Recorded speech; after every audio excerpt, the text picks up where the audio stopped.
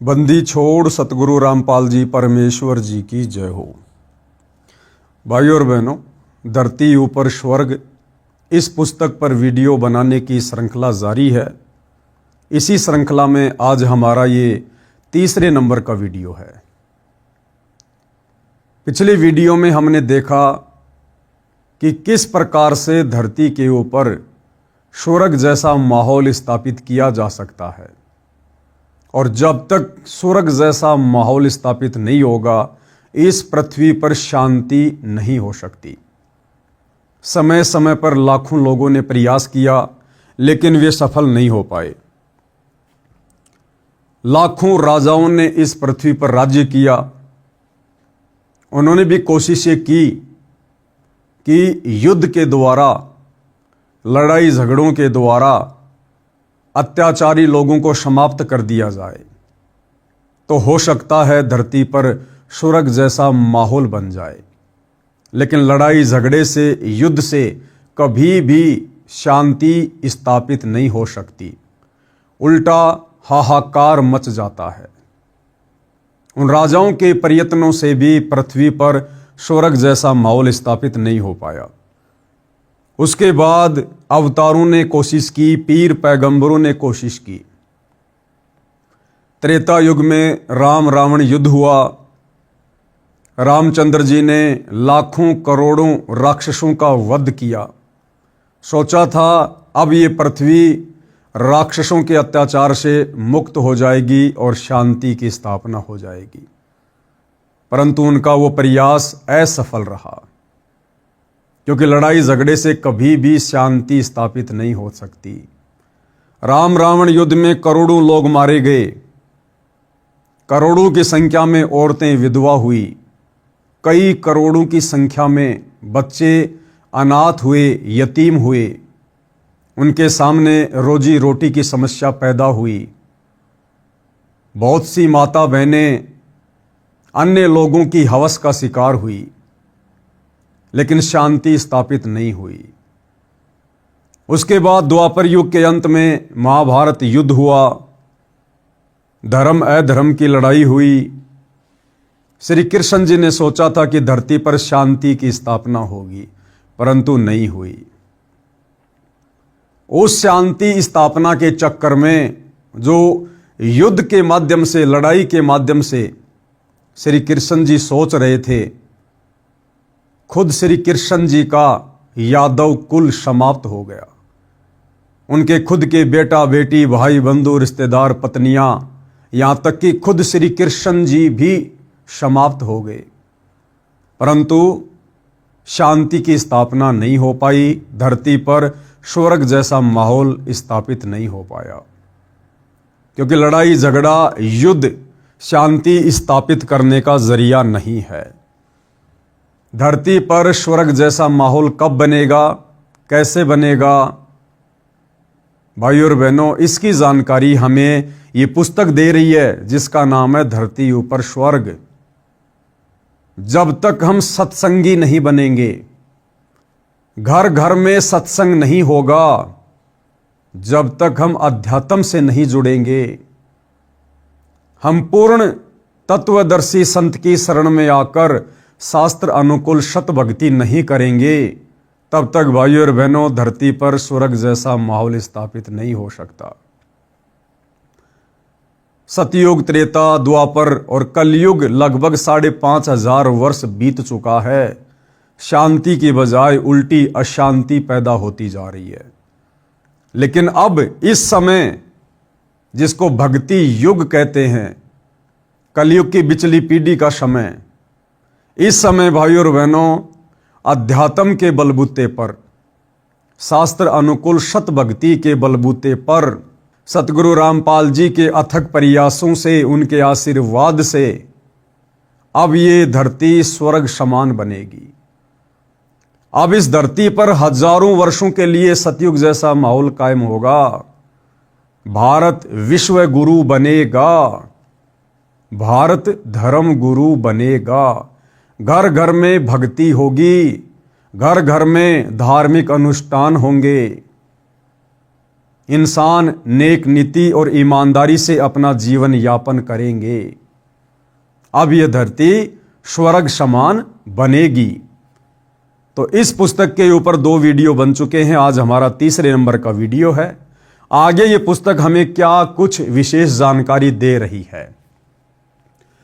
धरती ऊपर स्वर्ग कैसे बना, हमारे नियम यानी सतगुरु रामपाल जी से उपदेश लेने के बाद उनके भक्तों के लिए जो आवश्यक नियम होते हैं, मर्यादाएं होती हैं, जिनका अंतिम श्वास तक पालन करना होता है, वो क्या कुछ है। और जो व्यक्ति सतगुरु रामपाल जी से उपदेश लेकर इन तमाम मर्यादाओं में रहकर भक्ति शुरू कर देता है, उस व्यक्ति के लिए, उस परिवार के लिए उसी दिन से ये धरती स्वर्ग समान बन जाती है। वो परिवार एक प्रकार से ऋषि परिवार बन जाता है, देव परिवार बन जाता है। किसी नशीले पदार्थ का सेवन नहीं करते, यानी किसी प्रकार का नशा नहीं करते। अगर धरती को स्वर्ग समान बनाना है तो ये पहला नियम है, आपने नशे को त्यागना पड़ेगा। मीठी सुपारी से लेकर बड़े से बड़ा नशा, जिसकी आज दुनिया आदी हो चुकी है अध्यात्म के अभाव के कारण, सच्चे सतगुरु की सुसंगति के अभाव के कारण। तमाम प्रकार के नशे, बीड़ी, गुटखा, जर्दा, पान मसाला, तमाकू, शराब, बियर, भांग, धतूरा, अफीम, गांजा, हुला सूंघना, जितने भी प्रकार के नशे वर्तमान में दुनिया कर रही है, आपने नशा करने वालों का सहयोग भी नहीं करना है। तब जाकर आपका परिवार, आपका गांव, आपका समाज धीरे धीरे स्वर्ग जैसे माहौल की तरफ बढ़ेगा। ये पहला नियम है। नंबर 2, तंबाकू का सेवन नहीं करते। सतगुरु रामपाल जी के भगत तंबाकू का बिल्कुल भी प्रयोग नहीं करते। तंबाकू चाहे किसी भी रूप में क्यों ना हो, चाहे हुक्के के रूप में, चाहे सिगरेट के रूप में, चाहे बीड़ी के रूप में, चाहे जर्दे के रूप में। सतगुरु रामपाल जी से उपदेश लेने के बाद उनके फॉलोअर तंबाकू का बिल्कुल भी सेवन नहीं करते हैं। नंबर 3, दहेज नहीं देते हैं, वह ना लेते हैं। शादी विवाह में दहेज के नाम पर ना ही तो हम 1 रुपया देते हैं और ना 1 रुपया लड़की वाले से लेते हैं। ना दुनिया भर का पाखंड और आडंबर करते हैं जो सामाजिक परंपराओं के तहत की जाने वाले शादी विवाह में होता है, जैसे डीजे बजाना, बैंड बाजा बजाना, दुनिया भर के जेवर गहने बनवाना, पंडित को बुलवाना, घोड़ी पर चढ़कर जाना, बारातियों की भीड़ इकट्ठी कर देना, 56 प्रकार के आइटम तैयार कर देना। सतगुरु रामपाल जी के भगत सिंपल तरीके से, वैदिक विधि से मात्र 17 मिनट में बिना किसी दहेज के, बिना किसी खर्चे के, बिना किसी दिखावे के शादी को संपन्न कर लेते हैं। नंबर 4, विवाह में 1 पैसा भी खर्च नहीं करते हैं।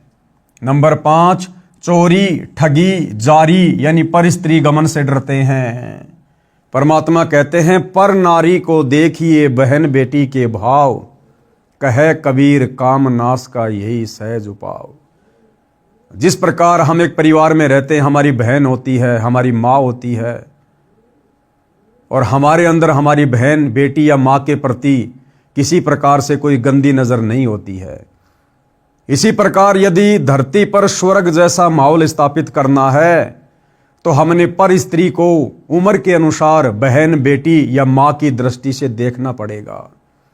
उनके साथ वैसा ही व्यवहार करना पड़ेगा, उनके प्रति वैसी सोच रखनी पड़ेगी जैसी हम अपने घर में अपनी बहन, बेटी और माँ के प्रति रखते हैं। तब धीरे धीरे पृथ्वी पर स्वर्ग जैसा माहौल स्थापित होगा। ना रिश्वत लेते हैं ना देते हैं, ना रिश्वत लेते हैं ना देते हैं, अर्थात ना ही तो गलत काम करेंगे और ना गलत कार्य करने में किसी को सहयोग देंगे। नंबर 6, परमात्मा का नाम जपते हैं। गीता अध्याय 16 श्लोक नंबर 23, उसमें गीता बोलने वाला भगवान कह रहा कि अर्जुन, शास्त्र विधि को त्याग कर मनमाना आचरण जो लोग करते हैं, यानी मनमानी भक्ति करते हैं, मनमाने नाम मंत्रों का जाप करते हैं, उनको किसी प्रकार से कोई सुख प्राप्त नहीं हो सकता, कोई रिद्धि सिद्धि की प्राप्ति नहीं हो सकती, उनका मोक्ष नहीं हो सकता। तो सतगुरु रामपाल जी से उपदेश लेने के बाद हम जितने भी उनके फॉलोवर हैं, हम शास्त्र विधि को त्याग कर मनमाना आचरण नहीं करते, बल्कि शास्त्र अनुकूल भक्ति और धर्म कर्म करते हैं, जिससे हमें शीघ्र उस भक्ति का लाभ मिलता है। नंबर 7, धार्मिक अनुष्ठान गुरु जी की आज्ञा में रहकर करते हैं। जितने भी धार्मिक अनुष्ठान हैं जो वर्तमान में पूरी दुनिया मनमुखी रूप से कर रही है, हमारे आचार्य शंकराचार्य धर्म गुरु भी मनमाने तरीके से अपने स्वार्थ के लिए, चंद पैसों के लिए धार्मिक अनुष्ठान शास्त्र विधि को त्याग कर करवा रहे हैं, जिसके चलते इंसान को वर्तमान भक्ति का, वर्तमान धार्मिक अनुष्ठानों का कोई लाभ प्राप्त नहीं होता है। लेकिन सतगुरु रामपाल जी के भक्ति मार्ग में आने के बाद हम शास्त्र अनुकूल धर्म कर्म ही करते हैं, जिससे हमें तुरंत लाभ मिलता है। ऐसे धरती ऊपर स्वर्ग बना है, कलयुग में सतयुग बनेगा। इस प्रकार से भाइयों और बहनों धीरे धीरे धीरे धीरे शास्त्र अनुकूल सत भक्ति और पांचों यज्ञ, एक यज्ञ है ज्ञान की, दूजी यज्ञ है ध्यान, तीजी यज्ञ है हवन की, चौथी यज्ञ प्रणाम और पांचवी यज्ञ है धर्म की। ये 5 यज्ञ वर्तमान में पूरी पृथ्वी पर केवल सतगुरु रामपाल जी के द्वारा अपने शिष्यों को प्रदान की जाती है। त्रिकाल संध्या पूरी पृथ्वी पर सतगुरु रामपाल जी के द्वारा केवल अपने शिष्यों को दी गई है, और इस विधि विधान अनुसार ये भक्ति इस पूरी पृथ्वी पर केवल सतगुरु रामपाल जी के भगत ही कर रहे हैं। और जिस दिन ये त्रिकाल संध्या, पांचों यज्ञ, शास्त्र अनुकूल सत भक्ति इस पृथ्वी पर घर घर में शुरू हो जाएगी, उस दिन भाइयों और बहनों ऑटोमेटिक धरती पर सतयुग जैसा माहौल हो जाएगा, स्वर्ग जैसा माहौल हो जाएगा। बाकी बातें बनाने से, सरकारों के द्वारा बड़े कड़े कड़े नियम लागू कर देने से, सख्ताई करने से कभी भी धरती के ऊपर स्वर्ग नहीं बन सकता, उल्टी अशांति होगी, हाहाकार मचेगा। सरकार यदि अपराध को रोकने का एक कड़ा कानून बनाएगी, अपराधी लोग 10 नए तरीके और अपराध को बढ़ाने के निकाल लेंगे। ये चूहा बिल्ली का खेल हमेशा बना रहेगा, कभी भी शांति स्थापित नहीं हो पाएगी। तो जितना जल्दी हो सके आप भाई बहन सतगुरु रामपाल जी के प्रवचन, उनके सत्संग जेब से मोबाइल निकालकर यूट्यूब पर देखना शुरू कीजिए। जब तक आप स्वयं नहीं बदलेंगे, आपके विचार नहीं बदलेंगे, जब तक आप खुद शास्त्र अनुकूल सत भक्ति पर नहीं लगेंगे, आपके बच्चे कैसे सुधरेंगे, आपका परिवार कैसे सुधरेगा। और जब आपके बच्चे सुधरेंगे, आपका परिवार सुधरेगा, तो आपको देखकर आपके आड़ोसी पाड़ोसी सुधरेंगे, पूरा गांव सुधरेगा। ऐसे ही एक दिन पूरी पृथ्वी पर यह स्वर्ग जैसा माहौल ऑटोमेटिक उत्पन्न होगा। आगे क्या कह रहे हैं, एक बुद्धिजीवी व्यक्ति ने हमारी व्यवस्था को ठीक से समझा तो बोला। यानी सतगुरु रामपाल जी कह रहे हैं कि एक पढ़ा लिखा बुद्धिजीवी व्यक्ति, उसने जब हमारे इस कबीर पंथ की मर्यादाओं को, नियमों को, भक्ति को अच्छे से समझा, तो उसके बाद उस व्यक्ति के क्या विचार थे। न तो तुम शराब पीते, ना बीड़ी सिगरेट हुक्का पीते, ना दहेज लेते ना देते, तुम जो कमाते हो वह सारी बचत है। जो संत रामपाल जी से दीक्षा ले लेता है, उसके तो यूं समझो एक लड़का नौकरी लग गया, इतनी बचत हो जाती है। सही कहा उस व्यक्ति ने। आज हम दुखी क्यों हैं, परेशान क्यों हैं, 24 घंटे इंसान को टेंशन क्यों है, आवश्यकता से अधिक खर्चे, फालतू के खर्चे, व्यर्थ की परंपराओं के पचड़े, शादी आ जाती है, दुनिया भर का दिखावा, दुनिया भर का दहेज, बर्तन, कपड़े, गहने, दुनिया भर की टेंशन व्यर्थ की। उसके बाद नशे, कोई बीड़ी पीता है, कोई शराब पीता है, कोई मांस खाता है, दुनिया भर के खर्चे। लेकिन जब हम सतगुरु रामपाल जी की शरण में आ जाते हैं, उसके बाद हमें पता चलता है कि शास्त्र अनुकूल कर्म क्या है, शास्त्र अनुकूल धार्मिक और सामाजिक कर्म क्या हैं। हम कोई किसी प्रकार का त्योहार नहीं मनाते, ना होली, ना दिवाली, ना मकर संक्रांति, ना क्रिसमस, ना ईद, कुछ भी नहीं, जो कि खर्चों का कारण है। हम शादी विवाह में दुनिया वालों की तरह फालतू में दिखावा नहीं करते, आडंबर नहीं करते, ढोंग नहीं करते। सिंपल तरीके से 1 रुपया भी नहीं लगता और शादी हो जाती है मात्र 17 मिनट में। संत रामपाल जी के भगत किसी प्रकार का कोई नशा नहीं करते। कभी आजमाना हो तो आजमा के देख लेना। हालांकि सतगुरु रामपाल जी के पंथ में वर्तमान में 2 पार्ट हैं, 2 भाग हैं। एक भाग है सतलोक आश्रम से जुड़े भाई बहन, जो इन जगह जगह खुले हुए सतलोक आश्रमों में जाते हैं। दूसरा पार्ट है साध संगति से जुड़े सतसेवक भाई बहन। सतसेवक भाई बहन वर्तमान समय 2025 तक अपने गुरुदेव भगवान की गैर हाजिरी में घर को सतलोक आश्रम बनाकर, ज्ञान को आधार बनाकर, गुरु को परमात्मा मानकर मर्यादाओं में रहकर भक्ति करते हैं। तो साध संगति से जुड़े उन सतसेवक भाई बहनों के ऊपर आप जी कभी भी एक्सपेरिमेंट कर सकते हो। आप कभी भी उनकी परीक्षा ले सकते हो कि वास्तव में संत रामपाल जी के भगत नशा करते हैं या नहीं करते, नशे का समर्थन करते हैं या नहीं करते हैं। किसी भी साध संगति से जुड़े सतसेवक भाई बहन को अगर देश का प्रधानमंत्री भी आकर कहे कि भगत जी मुझे सिगरेट पीनी है, मेरे पास में माचिस नहीं है, आप मुझे माचिस दे दीजिए, वो भगत जो साध संगति से जुड़ा है वो उसी समय बड़े प्यार से, बड़ी आधीनी से प्रधानमंत्री जी से कहेगा कि प्रधानमंत्री जी आप हमारे घर पर आए, आपका स्वागत है, बैठिए, चाय पानी पीजिए, परंतु गलत कार्य में हमारे गुरुदेव के आदेश अनुसार हम आपका किसी प्रकार से कोई सहयोग नहीं करेंगे। आप यदि अपनी प्रधानमंत्री की कुर्सी भी हमें दे दें एक माचिस के बदले में, माचिस तो छोड़िए, हम आपको माचिस की एक सीख भी निकालकर बीड़ी पीने के लिए नहीं दे सकते।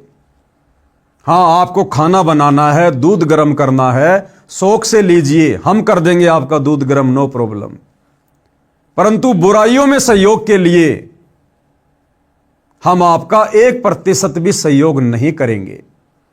आप चाहे देश के प्रधानमंत्री हो, चाहे देवताओं के प्रधानमंत्री हो, हमारे लिए हमारे गुरुदेव भगवान के नियम सर्वोपरि हैं। हमारे गुरुदेव भगवान का भक्ति विधान सर्वोपरि है, जिस संविधान से पूरी सृष्टि चल रही है, हम उस संविधान को फॉलो करेंगे। और सतलोक आश्रमों से जुड़े भाई बहन, उनकी गारंटी हम इसलिए नहीं दे सकते क्योंकि वो लोग नशे का समर्थन करते हैं। कुछ दिन पहले मैंने एक वीडियो बनाया था हुक्के के ऊपर कि ये जितनी भी खाप पंचायतें हैं जो सतगुरु रामपाल जी की फोटो का सम्मान कर रही हैं, इन लोगों को हक नहीं है ये लोग सतगुरु रामपाल जी की फोटो को छुएं, क्योंकि ये सारे लोग तमाकू सेवन करते हैं, हुक्का पीते हैं, बीड़ी पीते हैं, शराब पीते हैं, और ऐसा व्यक्ति सतगुरु रामपाल जी की छवि को हाथ लगाने का अधिकारी नहीं है। उस बात को लेकर खाप पंचायत के प्रधानों ने और सतलोक आश्रम वालों ने, जो मुख्य लोग हैं इन आश्रमों के, इन्होंने एक प्रेस कॉन्फ्रेंस की, एक मीटिंग बुलाई और उन पंचायतों के प्रधानों के साथ बैठकर जो प्रधान मुझ पवन दास के खिलाफ हुक्के को लेकर, तमाकू को लेकर एक्शन लेने की बात कह रहे थे, मुकदमा करने की बात कह रहे थे, ये पवन दास तो हुक्के को गलत बताता है, हुक्का पीने वाले ढेड होते हैं, नीच होते हैं, इसने हमारी बेइज्जती की है। ये सतलोक आश्रम के मुख्य व्यक्ति, सतलोक आश्रम का मीडिया प्रभारी डॉक्टर चांद राठी, हरियाणा का स्टेट कोऑर्डिनेटर अमन गोदारा, सतलोक आश्रम में रहने वाला विकास सिंहपुरिया, लाखन माजरा से राजवीर सैनी, ये तमाम लोग वहां बैठकर उन ग्राम पंचायत वाले प्रधानों का हुक्के को लेकर समर्थन कर रहे थे। इसलिए इन सतलोक आश्रम वालों की गारंटी हम नहीं दे सकते। ये कब पीछे हट जाएं, कब ये अपने वचन से हट जाएं, कब ये कौन सी मर्यादा तोड़ दें, इनका कोई भरोसा नहीं है। लेकिन साध संगति से जुड़े हुए सत्सेवक भाई बहनों की हम गारंटी देते हैं। हम भाई बहन कभी सौपन में भी अपने गुरुदेव भगवान की मर्यादाओं को लांघ कर ऐसा कोई भी कार्य करने का दुस्साहस नहीं कर सकते जिससे हमारे गुरुदेव भगवान नाराज हों। तो भाई और बहनों, इस प्रकार से जब हम सतगुरु रामपाल जी से उपदेश लेकर शास्त्र अनुकूल सत भक्ति करेंगे, मर्यादाओं पर दृढ़ रहेंगे, तब एक दिन स्वतः इस पृथ्वी पर स्वर्ग जैसा माहौल ऑटोमेटिक स्थापित हो जाएगा। बाकी बातें करने से नहीं होगा। तो उस भाई ने कहा कि संत रामपाल जी के जो भगत हैं और जिस प्रकार से वो लोग इन बुराइयों से दूर हैं, आडंबरों से दूर हैं, पाखंडों से दूर हैं, नशे से दूर हैं, व्यर्थ के खर्चों से दूर हैं, तो उनके घर में तो समझो एक व्यक्ति नौकरी लगा हुआ है। यानी इन फालतू की परंपराओं पर, नशे आदि पर व्यक्ति ज्यादा भी नहीं तो कम से कम 15-20 हजार रुपया महीने में खर्च कर देता है। साल का लाखों रुपया खर्च कर देता है। और इतना पैसा तो घर में वो व्यक्ति कमाता है जो नौकरी कर रहा हो। तो सतगुरु रामपाल जी के भक्तों के घरों में जो भगत उनके नियमों पर चलते हैं और नियमों पर चलने के चलते उनको जो बचत हो जाती है, समझो एक व्यक्ति उस घर में सरकारी नौकरी लगा हुआ है। इस भाई का यह कहने का मतलब है, जो संत रामपाल जी से दीक्षा ले लेता है उसको तो यूं समझो एक लड़का नौकरी लग गया, इतनी बचत हो जाती है। मेरा एक बुआ का लड़का है, वह महीने के 60,000 रुपए सैलरी लेता है, सरकारी नौकरी है। शराब सिगरेट पीकर घर का नाश कर रखा था। मैं एक दिन सुबह सुबह उनके घर गया, वह तो नौकरी पर गया था, कहीं पीकर पड़ गया, आया ही नहीं घर। ऐसा कई बार करता था। उसकी पत्नी ने चूल्हा जला दिया, उस पर डेगची रख दी, चाय बनाने लगी। मैं दूसरे कमरे में बैठा था, उठकर देखा तो वह चूल्हे के पास बैठी थी। 1 घंटा हो गया, चाय नहीं आई। तब मेरी बुआ उस शराबी की माता जो दूसरे लड़के के साथ रहती थी आई, बोली उठ ले, कितकी चाय पीवेगा, न चीनी है न दूध है न चाय न पत्ती, नाश कर रखा है लड़के ने।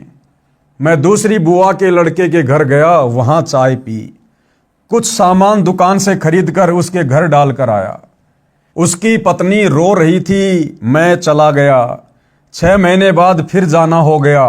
मैं देखकर आश्चर्यचकित था कि इतना अच्छा मकान रिपेयर लिपाई सफेदी करके सुधार रखा था। घर में सब सुविधा का सामान था। मेरी बुआ जी भी वहीं थी, वह बुआ का बेटा भी वहीं था। मैंने पूछा 6 महीने में ये नरक स्वर्ग कैसे बन गया? यानी तेरे घर का माहौल जब मैं 6 महीने पहले आया तो नरक के जैसा था, अब अचानक से 6 महीने में स्वर्ग के जैसा कैसे बन गया?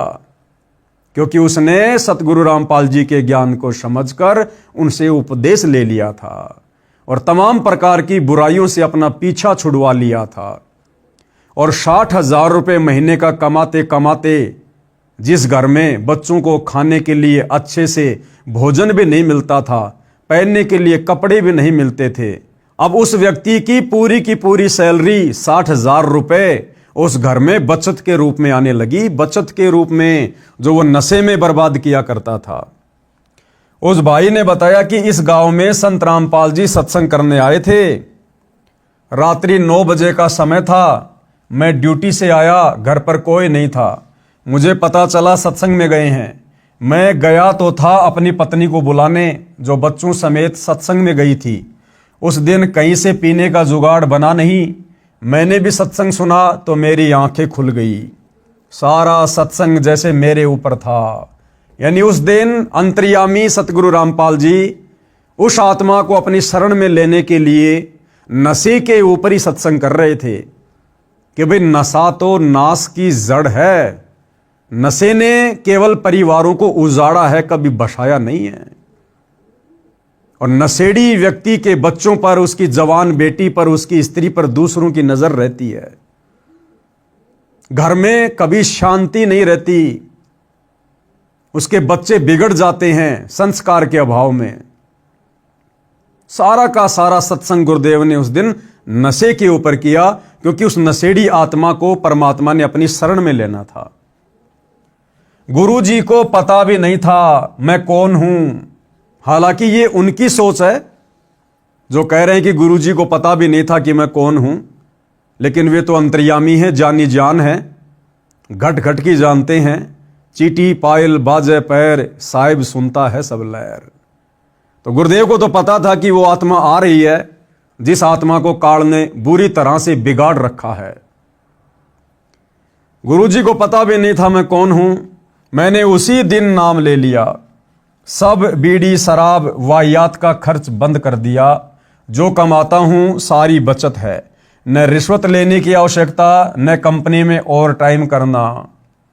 ओवर टाइम वाला पैसा भी नशे में जाता था, उसके स्थान पर अन्य भाई बहनों को रोजगार मिल गया।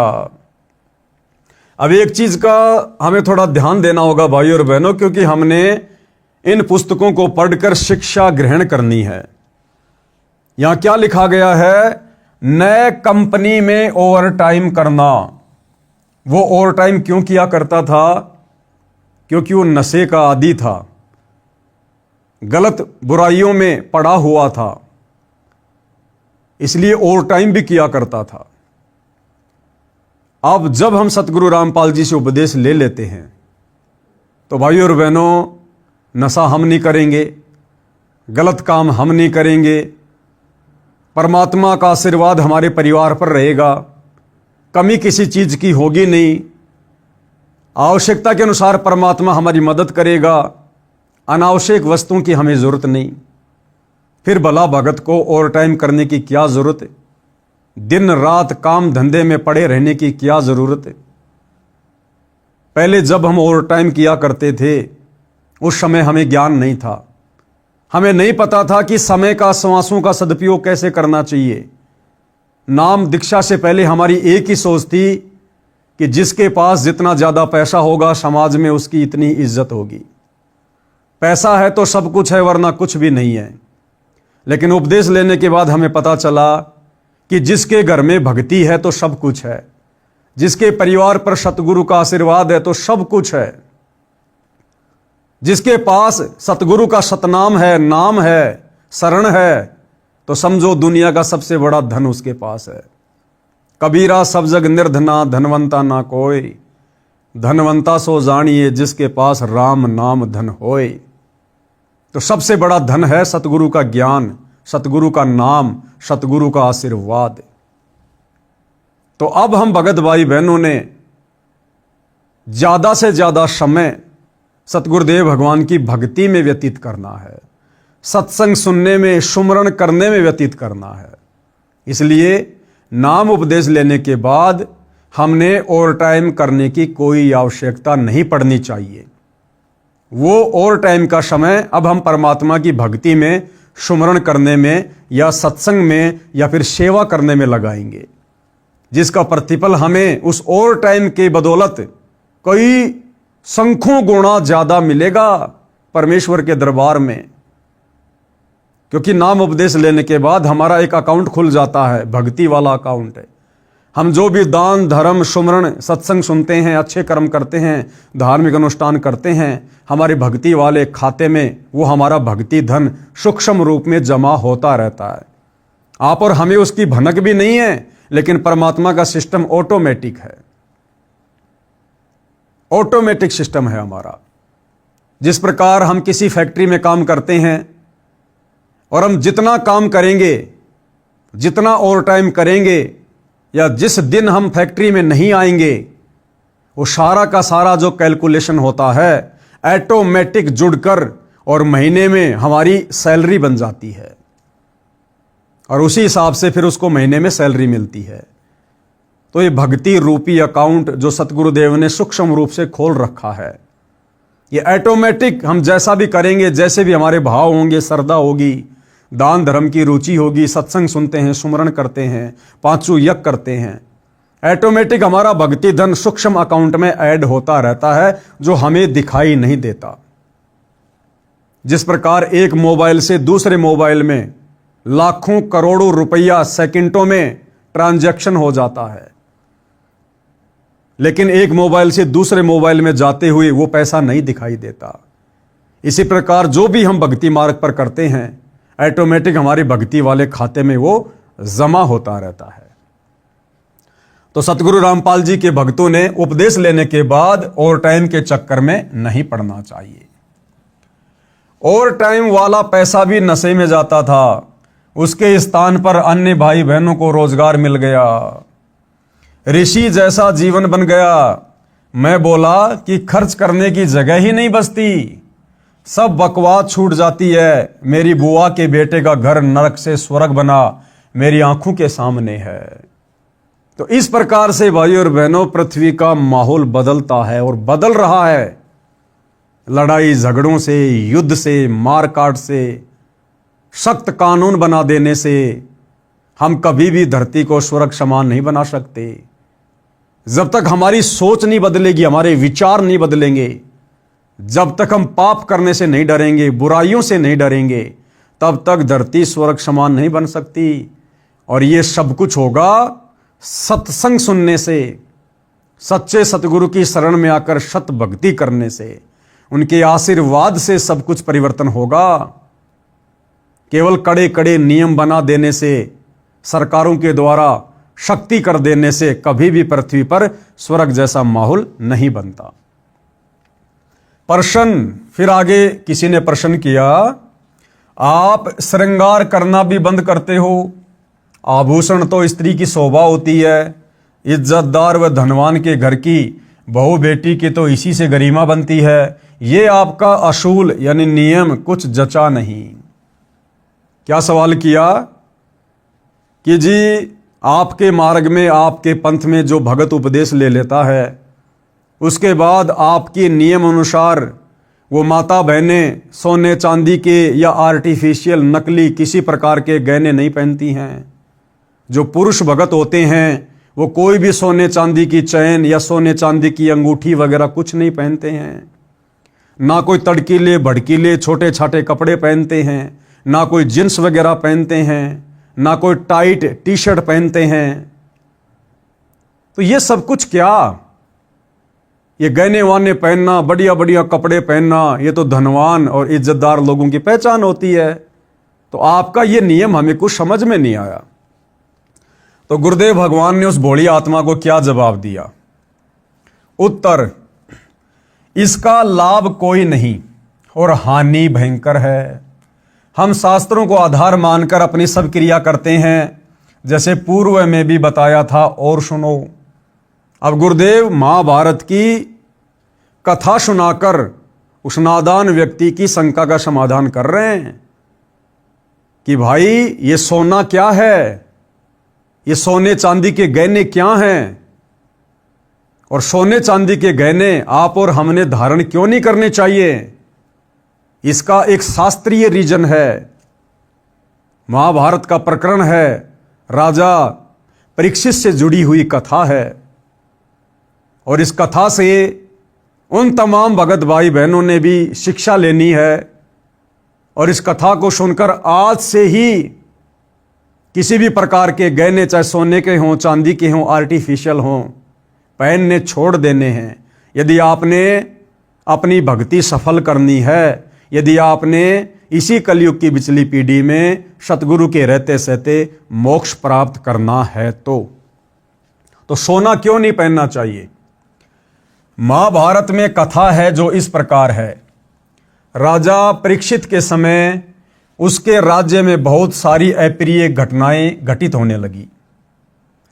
राजा ने ज्योतिषियों से कारण जाना, उन्होंने बताया कि कलयुग की शुरुआत हो चुकी है, यह कलयुग के कारण हो रहा है।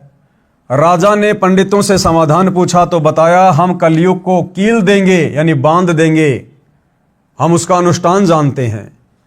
राजा परीक्षित ने सब सामग्री मंगाकर कलयुग को समाप्त करने के मकसद से एक अनुष्ठान करवाया। कलयुग परेशान हो गया। राजा परीक्षित से हाथ जोड़कर अपनी जिंदगी की भीख मांगी, कहा मुझे भी कहीं जगह दे दो। राजा परीक्षित ने उसको इस शर्त पर छोड़ा कि तू इन इन स्थानों पर रहना।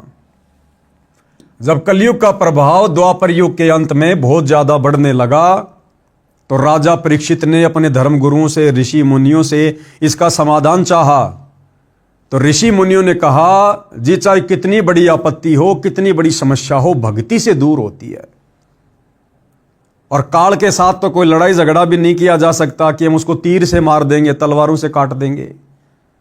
तो भक्ति ही एकमात्र विकल्प है, सबसे बड़ा अस्त्र है, शस्त्र है किसी भी बुराई का अंत करने का, किसी पर भी विजय प्राप्त करने का।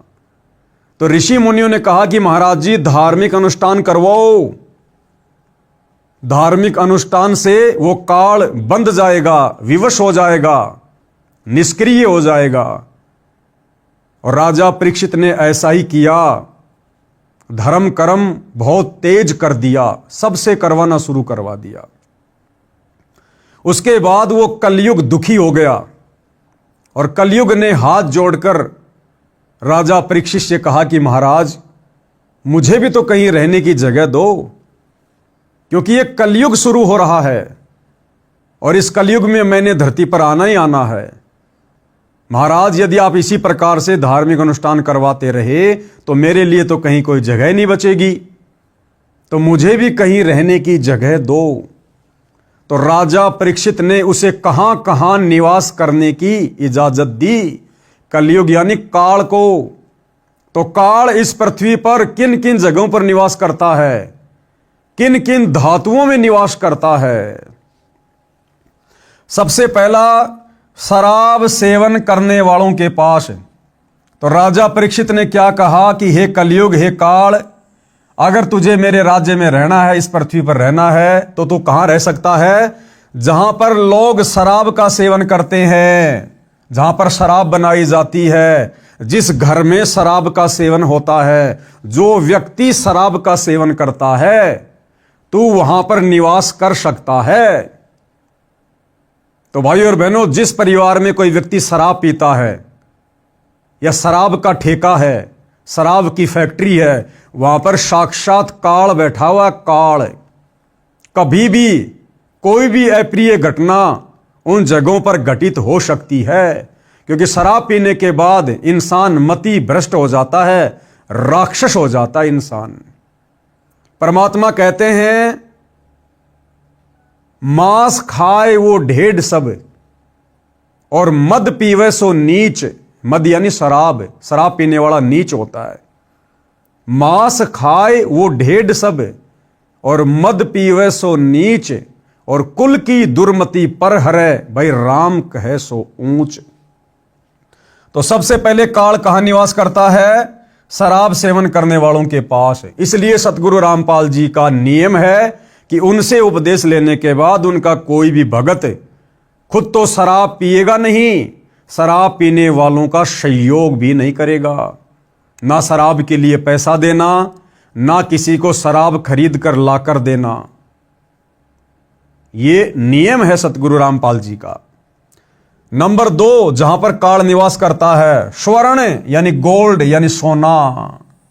सोने में काल का निवास है। राजा परीक्षित ने कहा कि आप सोने में भी निवास कर सकते हो, आप गोल्ड में निवास कर सकते हो। तो सोने में किसका वास है? काल का। और काल भाई और बहनों कभी भी सद्बुद्धि नहीं आने देता। तो सतगुरु रामपाल जी के मार्ग में या अन्य जगत वाले भाई बहन माताएं, अगर उनके घर में सोना है, अगर वे सोने चांदी के आभूषण पहनती हैं, उनको कभी भी सद्बुद्धि नहीं आ सकती। अगर जगत वाला है तो कभी भी उसको सद्बुद्धि नहीं आएगी, उल्टे काम ही करेगा। और यदि सतगुरु रामपाल जी से उपदेश लेने के बाद कोई सोना चांदी पहनता है, अपने घर में रखता है, तो समझो अभी उसके घर में परमात्मा का वास नहीं है। भगत होने के बावजूद उसके घर में अभी काल का वास है, काल का वास। तो जहां सोना होता है या जो भाई बहन सोना पहनते हैं, वहां पर काल का वास है। और सतगुरु रामपाल जी ने अपने भक्तों को सख्त हिदायत दी हुई है कि सोना पहनना तो दूर, सोने को तो घर में भी नहीं रखना चाहिए। एक छोटा सा सत्संग आपको सतगुरु रामपाल जी के मुख कमल से सुना देते हैं, सुनिएगा। भक्ति बिना क्या होते हैं ये भरम रहा संसारे, रति कंचन पाया नहीं रावण चलती बार। सर्व सोने की लंका थी, किसा को बद्दी था, करके भक्ति सिद्धि प्राप्त रिद्धि प्राप्त करके, और सोने की लंका जैसे हम गारा की ईंट पका के और मकान बनाते हैं, वो सोने की ईंट बना के, छोटी छोटी ईंटें होती थी पहले, और उनसे सोने ही की वो गारा बना के और महल बनवा रखे थे उसने। इतना धनी था। और आप दौरे मुश्किल से 50-20 ग्राम 20 तोले सोना होगा थर, बड़ा बड़ा सेठ होगा जिस पर 20-30-40 तोले सोना हो गया। कहते वो रति नहीं लेके गए, ग्राम भी नहीं ले जा सका, तुम कहां ले जा सकोगे और के कला तोड़ दोगे 40 तोले सोने में। ये तो खाम खागा सर दर्द है। सोना तो घर में बना रखना चाहिए आपने, और ना इसको पहनना चाहिए। क्या फायदा, कान में डाल लिया, कान नाक में डाल लिया, 36 पंगे कड़े बना लिए। परमात्मा ने इतना सुंदर शरीर दे रखा है, इस पर आडंबर करने की कतई जरूरत नहीं। इसे भगवान रुष्ट होता है। भगवान की भक्ति करें, चाहे किसा भी शरीर है, काला है, गोरा है, जैसा भी मालिक ने दिया है, इसमें हम परमात्मा पा सकते हैं। इस काया का गर्व ना करियो के काला के गोरा रे, और बिना भजन कुछ काम नहीं आवे, चाहे एतर छड़को चारों हो रे। तो पुणात्माओं धीरे धीरे, क्योंकि हम इतने इस सामाजिक माहौल में हम इतने गहरे चले गए कि वहां से वापस आना अपनी पटरी पे हमारे लिए कठिन हो रहा है। हम दलदल में धस गए। लेकिन परमात्मा का सहारा आपको एक क्रेन का काम करेगा। तो भाइयों और बहनों, ये नियम है गुरुदेव भगवान का, क्योंकि सारे के सारे नियम फॉर्म पर लिखकर, पुस्तक में लिखकर भगत को नहीं दिए जा सकते। नाम दीक्षा के समय हमें जो नियम बताए जाते हैं, जो मर्यादा बताई जाती है, वो केवल शुरुआती हैं। अगर सारे नियम बता दिए जाएं, हम भक्ति भी ना करें।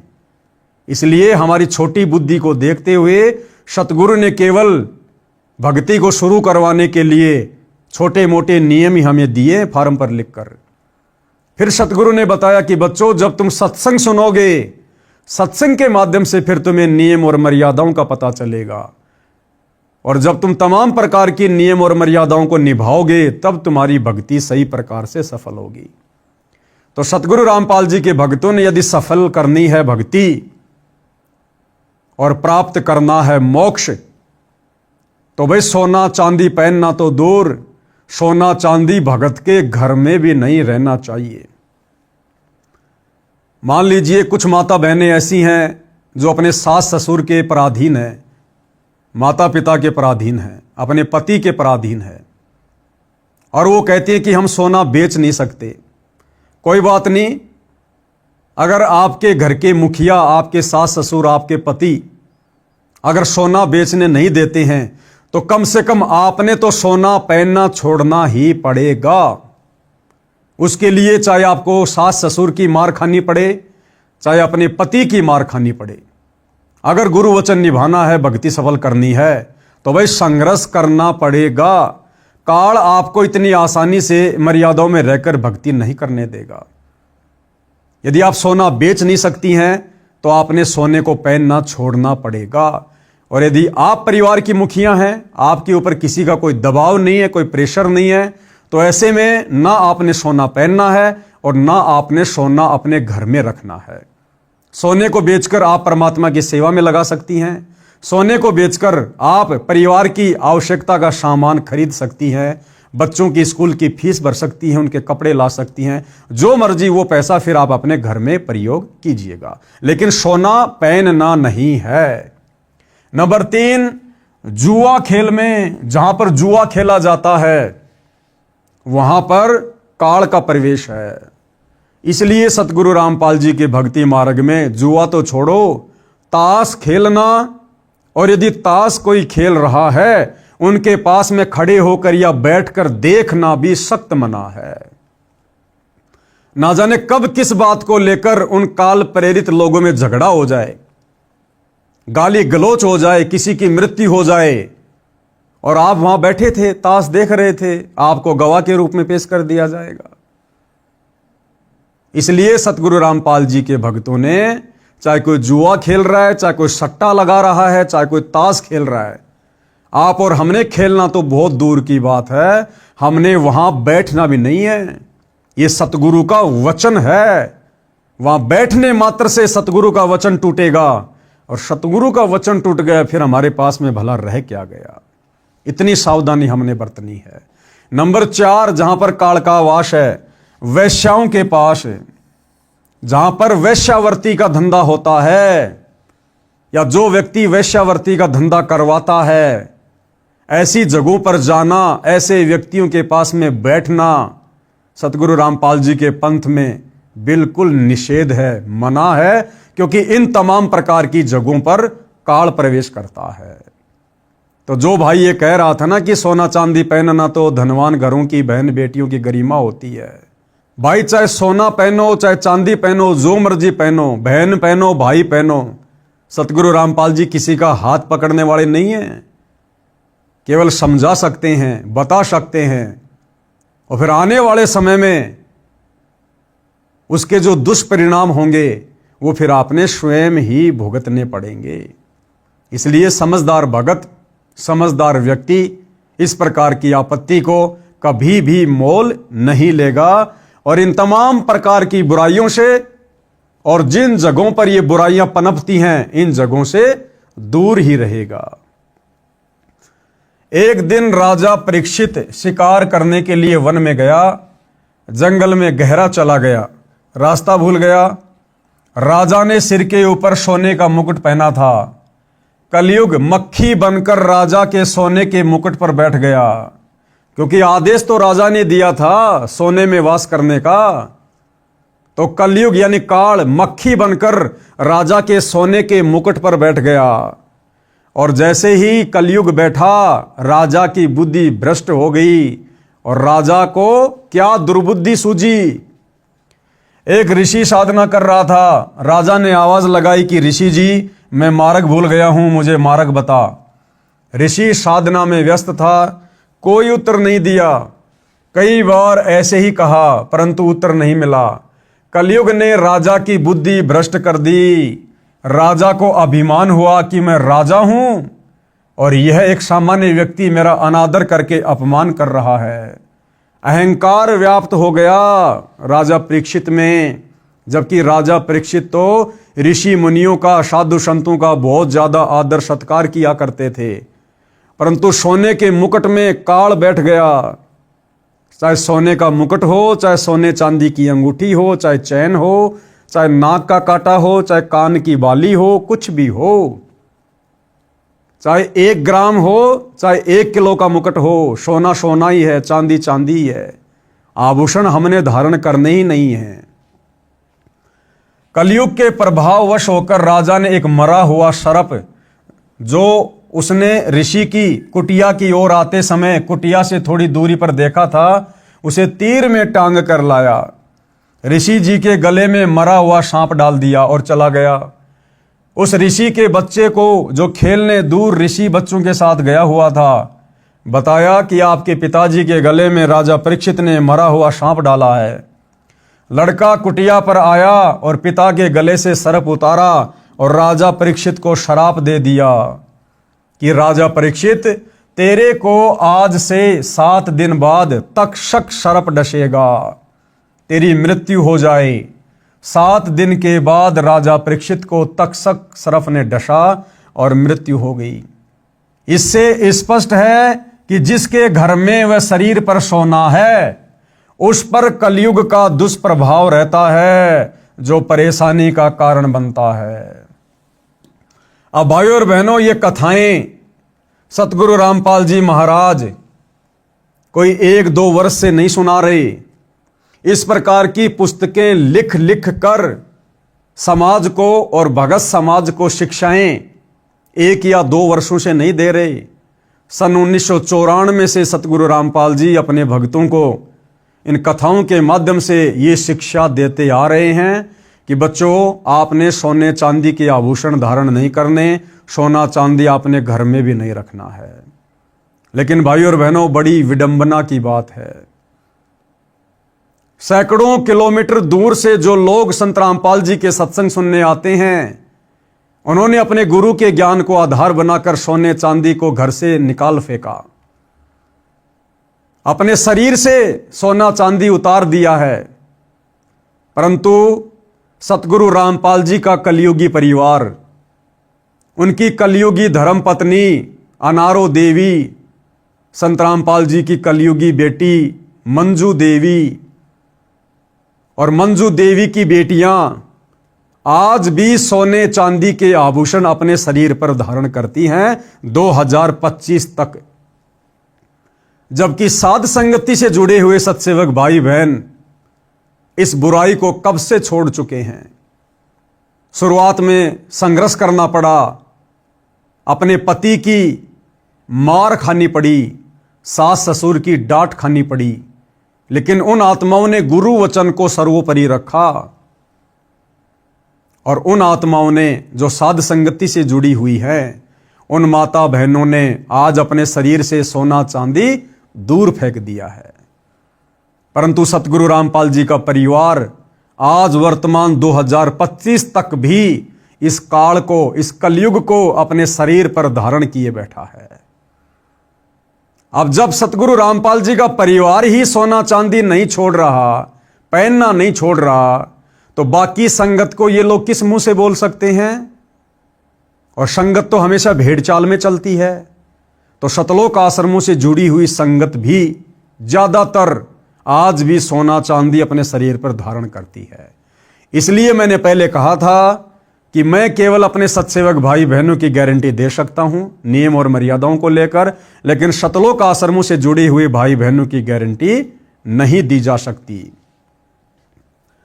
अन्य हानि सोने की, फिर गुरुदेव भगवान बता रहे हैं कि सोना पहनने से अन्य और क्या क्या हानि हो सकती है। नंबर 1, चोरी का भय, हमेशा डर बना रहेगा, कभी चोर गहने चुरा ना ले जाए।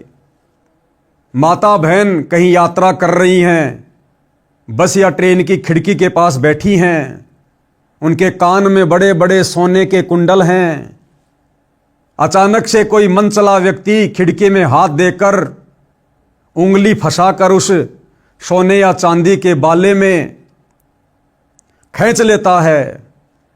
वो सोना तो गया सो गया, उस माता बहन का कान भी कट गया। या कोई चोरी कर ले जाए, सोने चांदी के लिए कोई व्यक्ति मर्डर भी कर दे। आए दिन हम लोग अखबार में देखते हैं।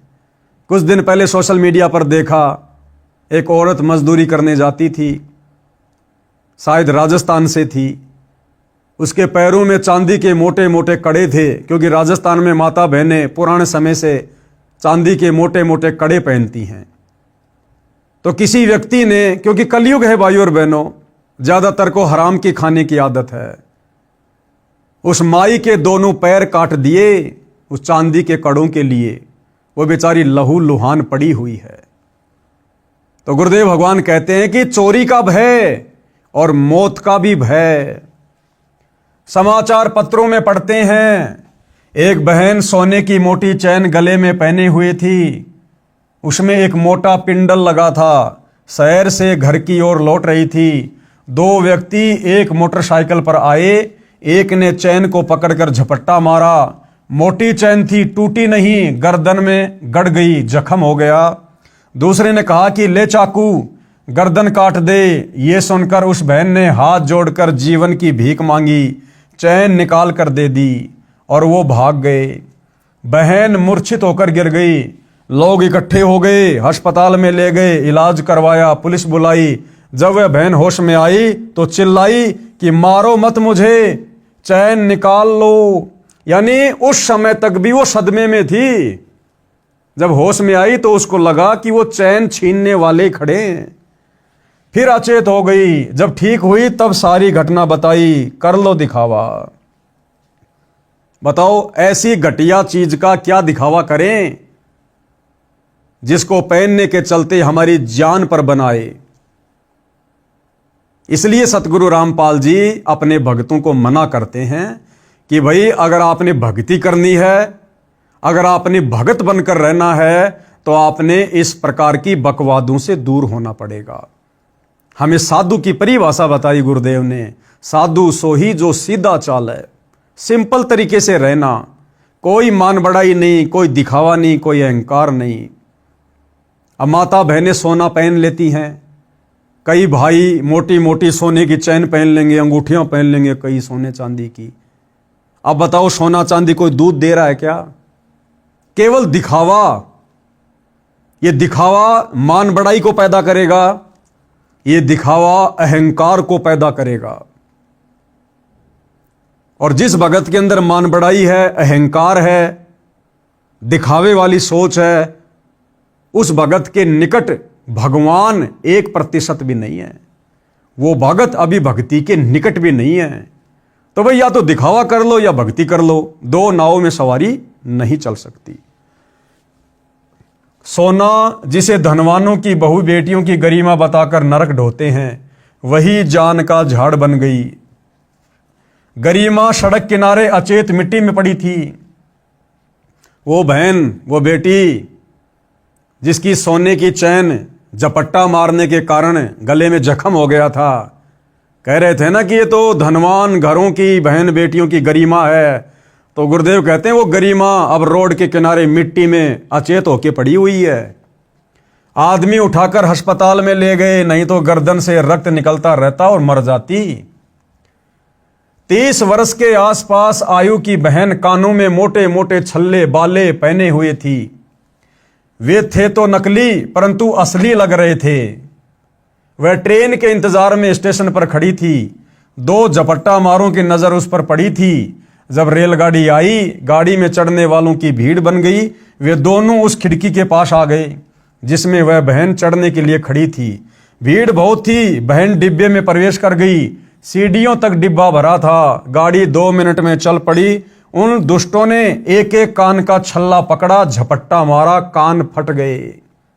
दोनों ट्रेन से कूद गए। गाड़ी ने स्पीड पकड़ी ही थी। वह बहन चिल्लाई, तब तक ट्रेन दूर जा चुकी थी। डिब्बे के व्यक्तियों ने गाड़ी की चैन खींची। लुटेरे तो जा चुके थे। उस बहन को अस्पताल में ले जाया गया, इलाज करवाया।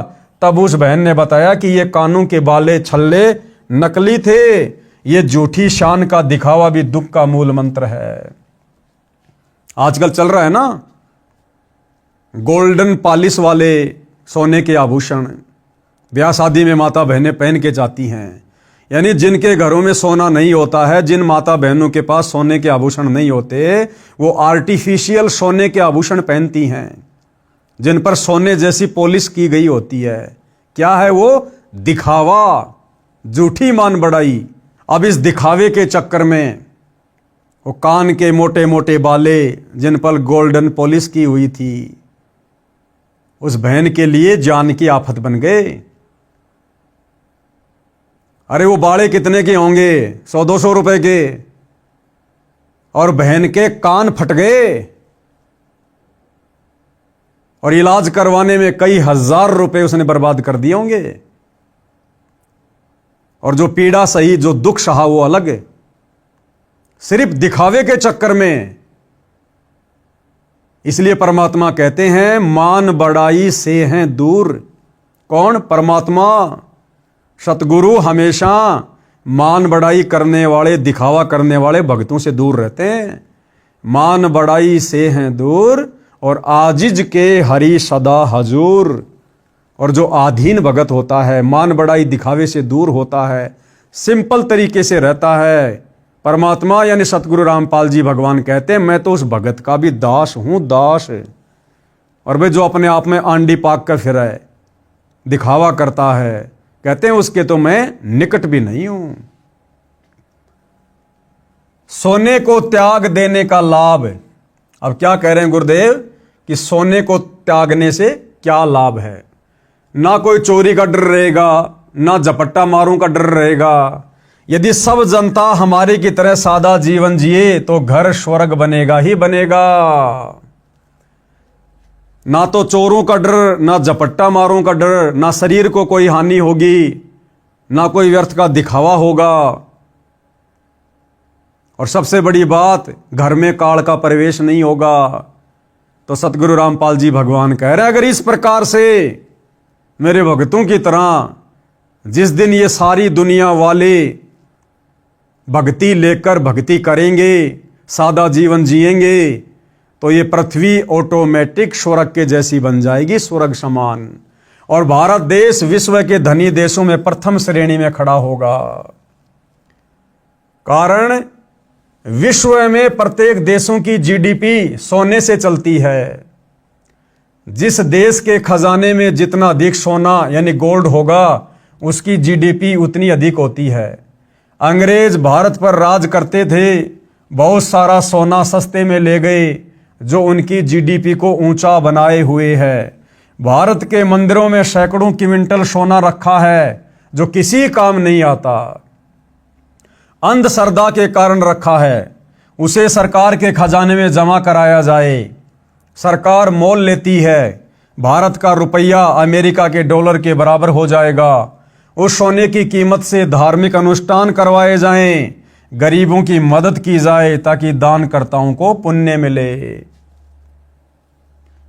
फिर गुरुदेव भगवान सोना चांदी पहनने वालों को समझाते हुए ये व्यर्थ का दिखावा करने वालों को एक छोटी सी कथा के माध्यम से, जो कि पुल्लो बहन की कथा है, पुल्लो माई की कथा, और क्या शिक्षा दे रहे हैं। पुल्लो बाई की नसीहत। एक राजा ने भगतमती पुल्लो बाई के ज्ञान विचार सुने, बहुत प्रभावित हुआ। उस राजा की 3 रानियां थी। राजा ने अपनी रानियों को पुल्लो बाई के विषय में बताया। राजा ने कई बार पुल्लो बाई भगतनी की अपनी रानियों के सामने प्रशंसा की। अपने पति के मुख से अन्य स्त्री की प्रशंसा सुनकर रानियों को अच्छा नहीं लगा, परंतु कुछ बोल नहीं सकी। उन्होंने भगतमती पुल्लो बाई को देखने की इच्छा व्यक्त की। यानी राजा उस साध्वी की प्रशंसा किया करता था अपनी रानियों के सामने, और रानियों को यह सब कुछ अच्छा नहीं लगता था। रानियां यह सोचती थी कि वो पुल्लो बाई जरूर हमसे ज्यादा सुंदर है, हमसे ज्यादा सोने चांदी के गहने पहनती होगी, नए नए वस्त्र पहनती होगी, जिस कारण से राजा उसकी बढ़ाई कर रहा है। लेकिन राजा उस हिसाब से बढ़ाई नहीं कर रहा था।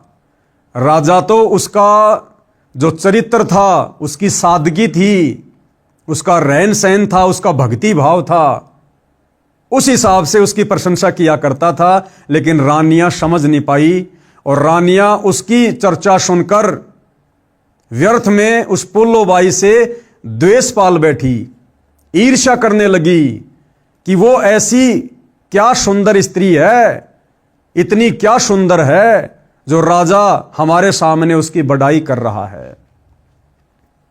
राजा ने पुल्लो बाई को अपने घर पर सत्संग करने के लिए कहा, तो पुल्लो बाई ने सत्संग की तिथि तथा समय राजा को बता दिया। सत्संग के दिन रानियों ने अति सुंदर कीमती वस्त्र पहने तथा सब आभूषण पहने, अपनी सुंदरता दिखाने के लिए कोई कसर नहीं छोड़ी। रानियों ने सोचा था कि पुल्लो बहुत सुंदर होगी। भगतमती पुल्लो राजा के घर आई।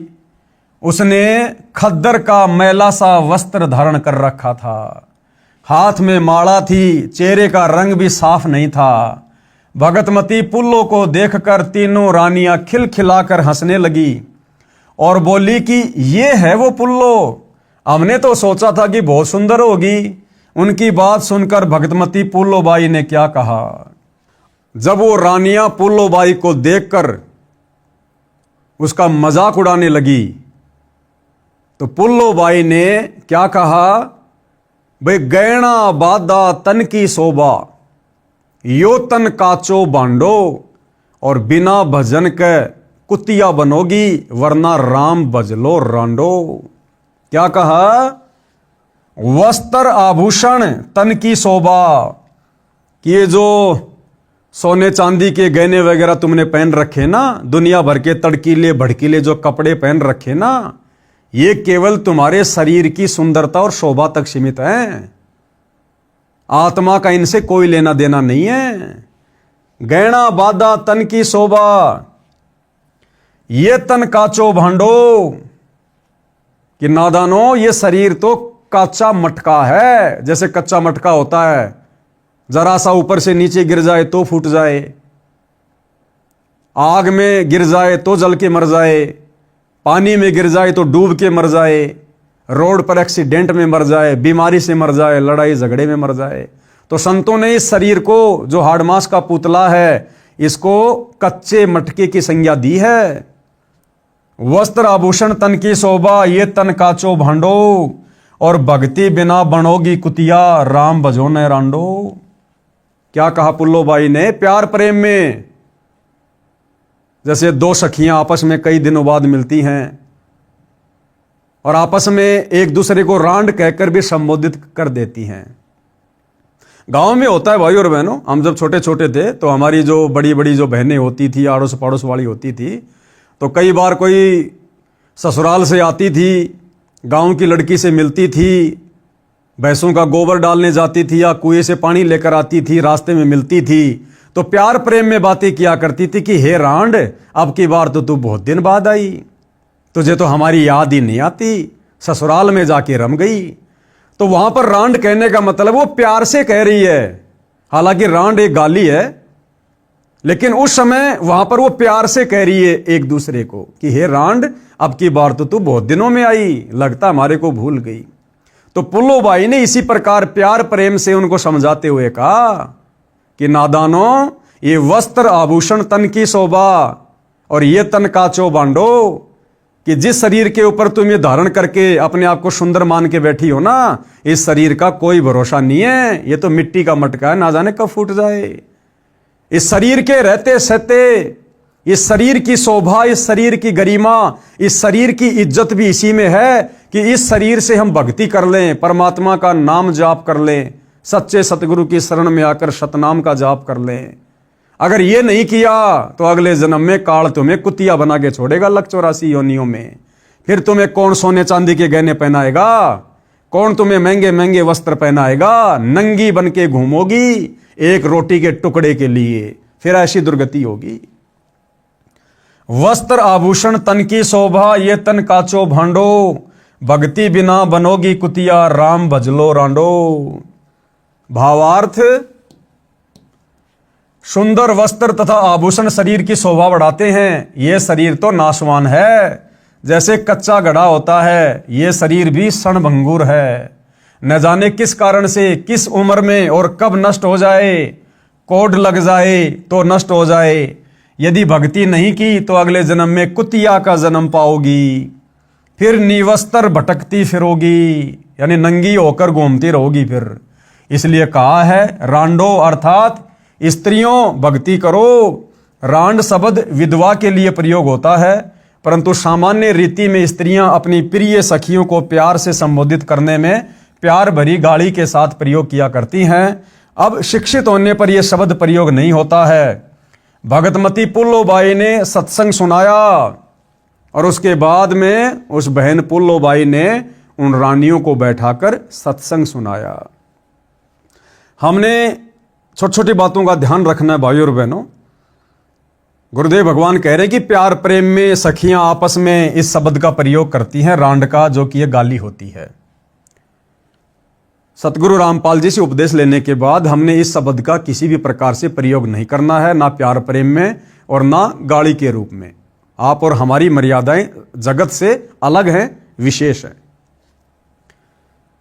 कबीर परमेश्वर जी की साखियां सुनाई।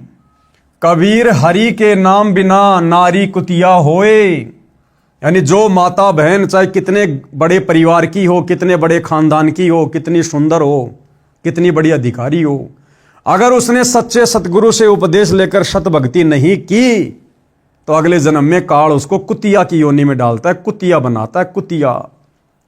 कबीर हरि के नाम बिना नारी कुतिया होए, और गली गली भोकत फिरे भाई टूक न डाले कोई। कबीर राम रटत कोडी बलो, चूचू पड़े जो चाम, और सुंदर शरीर किस काम का, जा मुख नाही नाम। आप कितने बड़े पहलवान हैं, कितने सुंदर हैं, यदि आपके पास में सच्चा नाम नहीं है, शास्त्र अनुकूल भक्ति सच्चे सतगुरु से लेकर आप नहीं कर रहे हैं, तो कहते आपका जीवन व्यर्थ है, व्यर्थ। कबीर नहीं भरोसा देही का, विनस जाए छिनमाही। इस मिट्टी के शरीर का, इस देह का कोई भरोसा नहीं है, किस कारण से और कब और किस समय यह नष्ट हो जाए। विनस जाए छिनमाही, कहते हैं इसका एक ही यूज है, इसका एक ही इसका प्रयोग है। श्वास श्वास में नाम जपो और यतन कुछ नहीं। श्वास ऊ श्वास में नाम जपो, और ये श्वास ऊ श्वास का नाम आज इस पूरी पृथ्वी पर केवल सतगुरु रामपाल जी के पास है। कबीर श्वास ऊ श्वास में नाम जपो, व्यर्था श्वास मत खो, भाई ना जाने इस श्वास का आवन हो कि ना हो।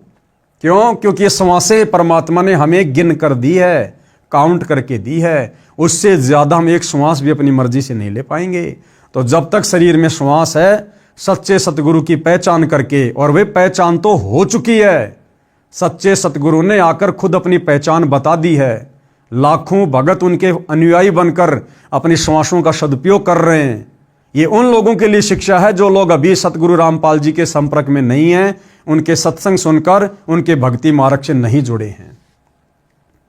गरीब सर्व सोने की लंका थी, रावण से रणधीरम, भाई एक पलक में राज्य गया और जम के पड़े जंजीरम।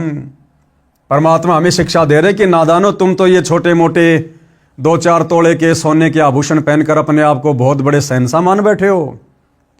कहते हैं लंका का राजा रावण, उसकी तो पूरी सोने की नगरी थी। रावण का महल गुरुदेव भगवान ने बताया सूक्ष्म वेद में 48 किलोमीटर ऊंची रावण के महल की सबसे ऊंची अटारी थी, 48 किलोमीटर। क्योंकि भैया 150 फुट तो उसकी हाइट थी, और कोई बड़ी बात नहीं है। उस समय सिद्धियां थी, सिद्धि शक्ति से वो अपने महलों में ऊपर नीचे आया जाया करते थे। क्योंकि रावण ने अपनी सिद्धि शक्ति से खुद भी उड़कर अपनी सेना को उड़ाकर और देवताओं के ऊपर धावा बोल दिया था। तो इसी प्रकार से वो सिद्धि शक्ति से अपने महल के ऊपर आया जाया करता था।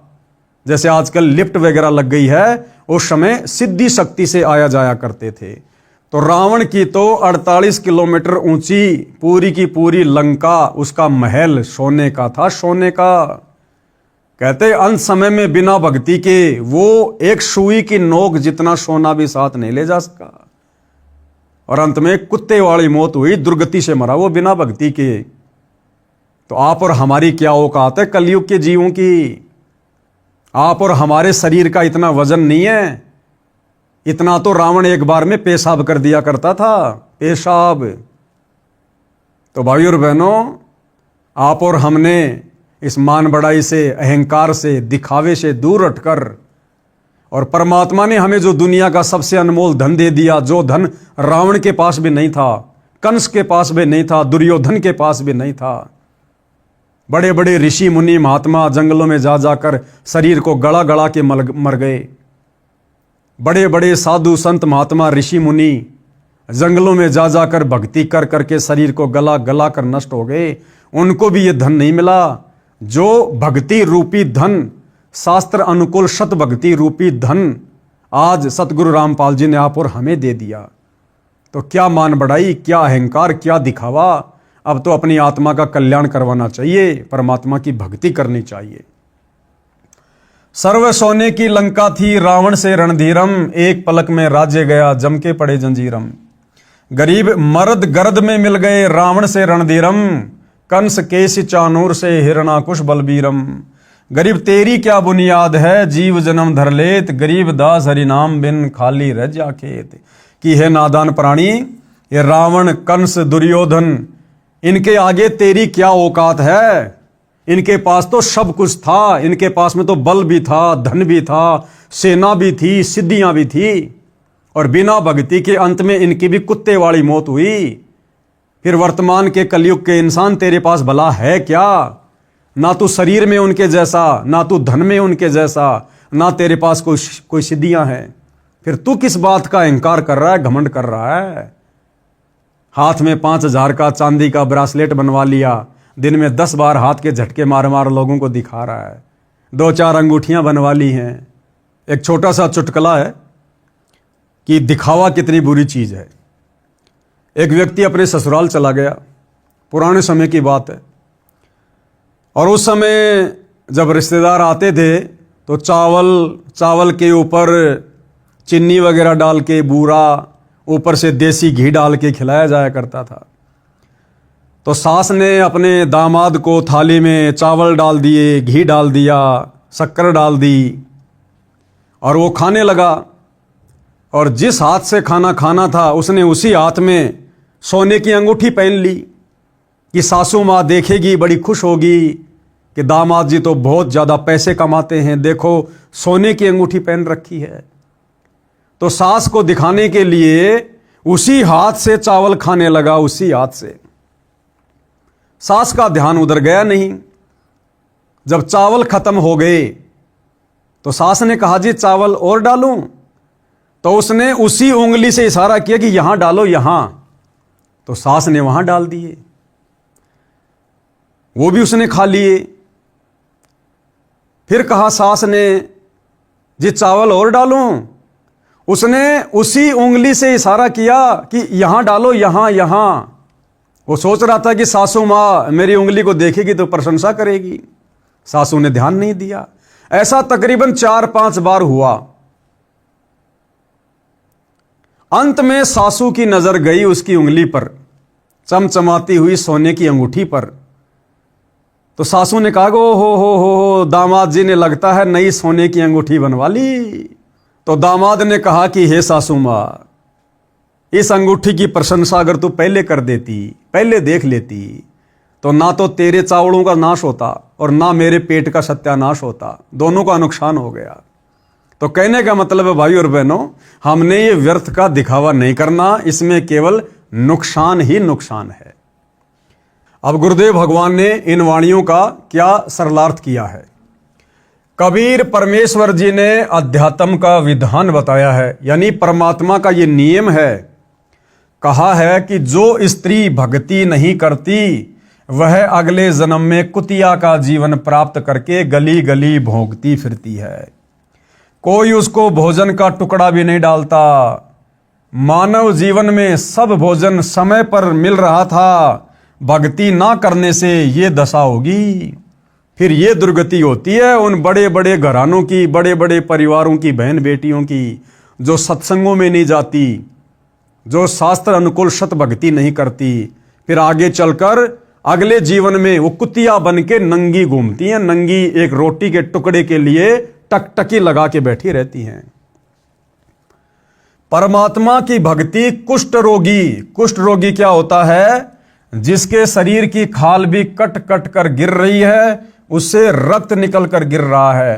कहते अगर ऐसा व्यक्ति भी परमात्मा की भक्ति करता है तो बहुत अच्छा है।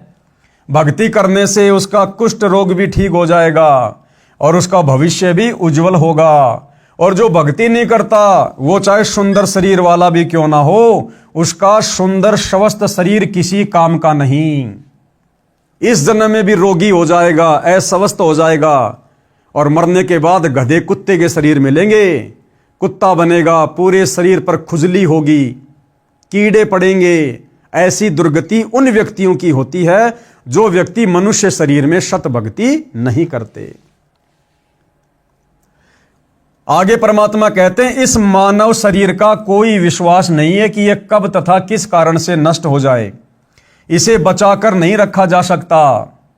इसका एक उपाय है, भक्ति करो, इतना सुमरण करो कि एक श्वास भी नाम के जाप बिना खाली ना जाए। श्वास छोड़ते समय तथा लेते समय प्रत्येक श्वास में नाम जाप करो। यानी श्वास ऊ श्वास में नाम जपो, व्यर्था श्वास न खोए। श्वास को नाम के जाप बिना व्यर्थ में ना खो। इस श्वास का ज्ञान नहीं है, ये अंदर गया है तो बाहर आएगा कि नहीं आएगा। इसलिए गफलत ना करके भक्ति में लग जाओ। यदि आपके पास धन है और सुविधाएं भी हैं, इनके कारण भक्ति करना कभी मत भूलना। श्रीलंका के राजा रावण के पास अत्यधिक धन था, उसने सोने के मकान बना रखे थे और खुद भी योद्धा था, परंतु श्री रामचंद्र के साथ युद्ध हुआ, मारा भी गया और वो सोना भी लूट लिया गया और राज्य भी गया। ये सब एक पलक में हो गया, यानी राम जी के तीर से मारा गया। कुछ ही समय में सब कुछ नष्ट हो गया तथा यम के दूत यानी मृत्यु देवता के नौकर उस रावण को जंजीरों में बांध कर ले गए, नरक में डाला गया। वो रावण, जिस रावण ने ऊपर के लोकों पर आक्रमण करके 33 करोड़ देवी देवताओं को अपनी कैद में डाल रखा था, मृत्यु के बाद सत भक्ति ना करने के कारण उस रावण की ऊपर यमलोक में फिर दुर्गति हुई, नरक में डाला गया। नरक में यम के दूत मरने के बाद जंजीरों में जकड़ कर ले गए, जंजीरों में। तो आप और हम इस कलयुग के 2 कोटि के जीव, ना हमारे पास में कोई धन है ना कोई बल है, फिर आप और हमारी भला क्या औकात है कि भक्ति बिना हम सही तरीके से रह सकते हैं, हमारा भविष्य उज्जवल हो सकता है। तो रावण की तो सोने की लंका भी लास्ट में लूट ली गई। बहुत सारे भाई बहन अज्ञानता में कह देते हैं कि रावण के मरने के बाद में सोने की लंका का क्या हुआ, वो सोना कहाँ चला गया। तो दास एक बार सुन रहा था सोशल मीडिया पर, अनिरुद्धाचार्य से कोई सवाल कर रहा था कि जी रावण की मृत्यु के बाद में सोने की लंका का क्या हुआ। तो किसी ने कहा कि सोने की लंका तो जला दी गई थी। सुना था हमने कि हनुमान जी की पूंछ में आग लगाई गई, हनुमान जी ने फुदक फुदक कर पूरी लंका में आग लगा दी और सारी सोने की लंका जल गई। तो फिर किसी ने सवाल किया कि जी हमने सुना सोना तो कभी जलता ही नहीं है, सोना तो जलता ही नहीं है। फिर वो अनिरुद्धाचार्य चुप हो गया। फिर वो कहने लगा कि वो सोना जब वो पिघला तो वो समुद्र में जाके बह गया। यानी अपनी बात को किसी भी प्रकार से नकली धर्मगुरुओं ने ऊपर रखना है, लेकिन भाइयों और बहनों यथार्थता क्या थी ये परमात्मा ही बता सकते हैं। तो सतगुरु रामपाल जी ने सच्चाई बताई कि रावण की मृत्यु के बाद वो सोने की लंका का क्या हुआ। गुरुदेव ने बताया कई करोड़ों की संख्या में वानर गए हुए थे श्री रामचंद्र जी की ओर से युद्ध करने के लिए, और जब रावण मर गया उसके बाद में वो वानर सोने को उठा उठा कर ले आए थे। कोई 2 किलो लाया, कोई 5 किलो लाया, कोई 10 किलो लाया। इस प्रकार से वो सोने की लंका को लूट लूट कर लेकर आ गए थे। रावण जैसे मर्दाने यानी सूरवीर मिट्टी में मिल गए तथा मथुरा का राजा कंस, उसका प्रसिद्ध पहलवान चाणूर, कंस का नौकर केसी रूपधारी राक्षस तथा हिरण्यकशिपु जैसे बलवान भी भक्ति बिना जीवन व्यर्थ कर गए। हे सामान्य प्राणी, तेरी क्या बुनियाद यानी तेरी क्या औकात है, तू किस आधार से बचेगा। तू कर्मों के अनुसार भिन्न भिन्न जीवों के शरीर धारण कर लेता है। संत गरीबदास जी ने परमेश्वर कबीर जी के बताए ज्ञान से कहा है कि भक्ति ना करने से तेरे को ऐसे हानि होगी जैसे किसान खेत में बीज ना बोने से भूखा मरता है, उसे कोई लाभ नहीं होता। इसी प्रकार इस मनुष्य शरीर में और इस समय परमात्मा धरती पर आए हुए हैं। पूर्ण ब्रह्म परमात्मा सारी सृष्टि के मालिक कबीर देव सतगुरु रामपाल जी के नाम से धरती पर प्रकट हैं सत भक्ति लेकर। अगर इस वक्त हमने इस शरीर से सत भक्ति नहीं की, उनकी शरण ग्रहण नहीं की, तो ये परमेश्वर फिर हमें युगों युगों नहीं संभालेगा और अगले जन्मों में हमारी वो दुर्गति होगी जो ली दी नहीं जाएगी। भगतनी पुल्लों ने इस संसार की वास्तविकता बताई तथा भक्ति बिना होने वाले कष्ट बताए। छोटे से राज्य के टुकड़े को प्राप्त करके आप इतना गर्व कर रहे हो, ये व्यर्थ है। लंका के राजा रावण ने सोने के मकान बना रखे थे। शत भक्ति ना करने से राज्य भी गया, सोना भी यहीं रह गया, नरक का भागी बना। राजा रानियों ने उपदेश लेकर भक्ति की तथा जीवन धन्य बनाया। अपुल्लो बाई के सत्संग सुनकर, इस प्रकार की बातें सुनकर, वो राजा की रानियां जो अपनी सुंदरता को देखकर, अपने गहने आभूषणों को देखकर जो फूला नहीं समाती थी, मान बड़ाई अहंकार में फूली फूली फिरती थी, वो सत्संग सुनने के बाद वास्तविकता से परिचित होकर फिर उन्होंने सादा जीवन जीना शुरू किया और पुल्लो बाई से उपदेश लेकर उन्होंने भक्ति शुरू की और अपना जीवन धन्य बनाया। महाकष्ट मोल लेते हैं जो व्यक्ति भक्ति नहीं करते, दुनिया भर की बकवाद करते हैं, वो आगे चलकर महाकष्ट मोल लेते हैं। कैसे? एक व्यक्ति ने दीक्षा लेने के बाद बताया कि मेरे साले ने लड़की का रिश्ता करना था, लगभग 10 लाख के सोने के आभूषण बनवाए, कीमती सामान, कपड़े, फ्रिज, एसी, मोटरसाइकिल, सिलाई की मशीन आदि लाकर रखे, जो कानून से बचने के लिए लड़के वालों के घर विवाह से 1 महीना पहले देकर आने थे, क्योंकि विवाह के समय नहीं ले दे सकते, कानूनी गलत है, यानी कानून के आधार से दहेज लेना देना गलत है। इसलिए वो बचने के लिए और सारा का सारा सामान इकट्ठा करके ले आया और वो सामान उसने महीने भर पहले लड़के वाले के घर पर पहुंचाने थे। जिस दिन भेजने थे उसी रात्रि में 10-12 व्यक्ति आए, 4 व्हीलर लेकर गया था, सारा सामान लाद कर ले गए, यानी चोर आए और सारा सामान निकाल कर ले गए। घर वालों ने सोचा कि मंगतराम यानी साले का नाम सामान लेकर जा रहा है, सब सोते रहे।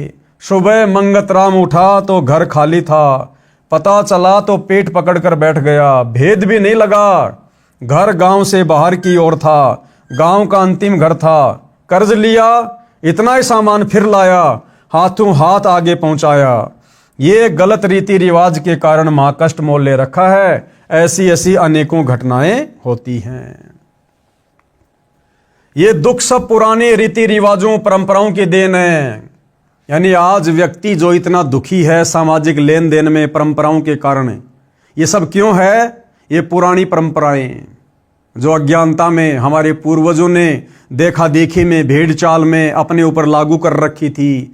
अपने पूर्वजों से देखकर भेड़ चाल में आप और हमने अपने ऊपर लाद रखी थी और इन्हीं परंपराओं के बोझ तले दबकर आप और हम भी इसी प्रकार से मरकर जाने वाले थे।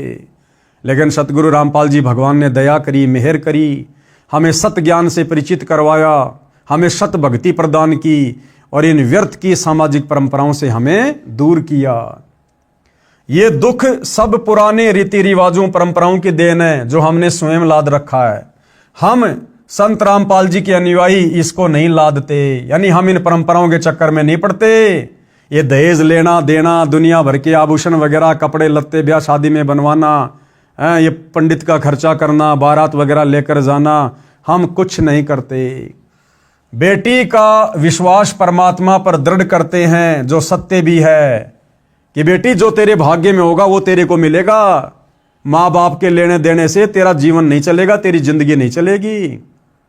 अगर तू परमात्मा की भक्ति करेगी, मर्यादा में रहेगी, तो परमात्मा भला तुझे किस चीज के भरोसे रहने देगा? जो भगवान राजाओं को राज दे रहा है, देवताओं को देवपद दे रहा है, जब आप उस भगवान की भक्ति करोगी तो भगवान आपके लिए क्या कमी छोड़ देगा?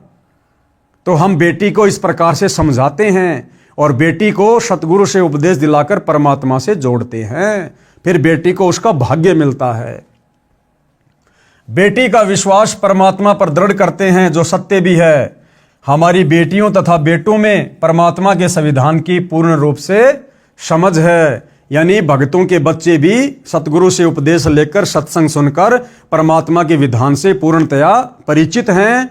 ना भगत का बेटा शादी के समय डिमांड करता है और ना ही बेटी का बाप रमणी यानी शादी के समय 1 रुपया लड़के वाले को देता है और दोनों खुश रहते हैं। संत गरीबदास जी गांव छुडानी जिला झज्जर हरियाणा वाले ने कहा है, तुमने उस दरगाह का महल नहीं देखा, धर्म राय के तिल तिल का लेखा। तुमने यानी है इंसान उस दरगाह यानी परमात्मा के दरबार का जहां पर सबका न्याय होता है, ब्रह्मा विष्णु महेश का, देवी देवताओं का, जहां पर सबका न्याय होता है। कहते तुमने उस भगवान का दरबार नहीं देखा, वहां पर तिल तिल का लेखा है।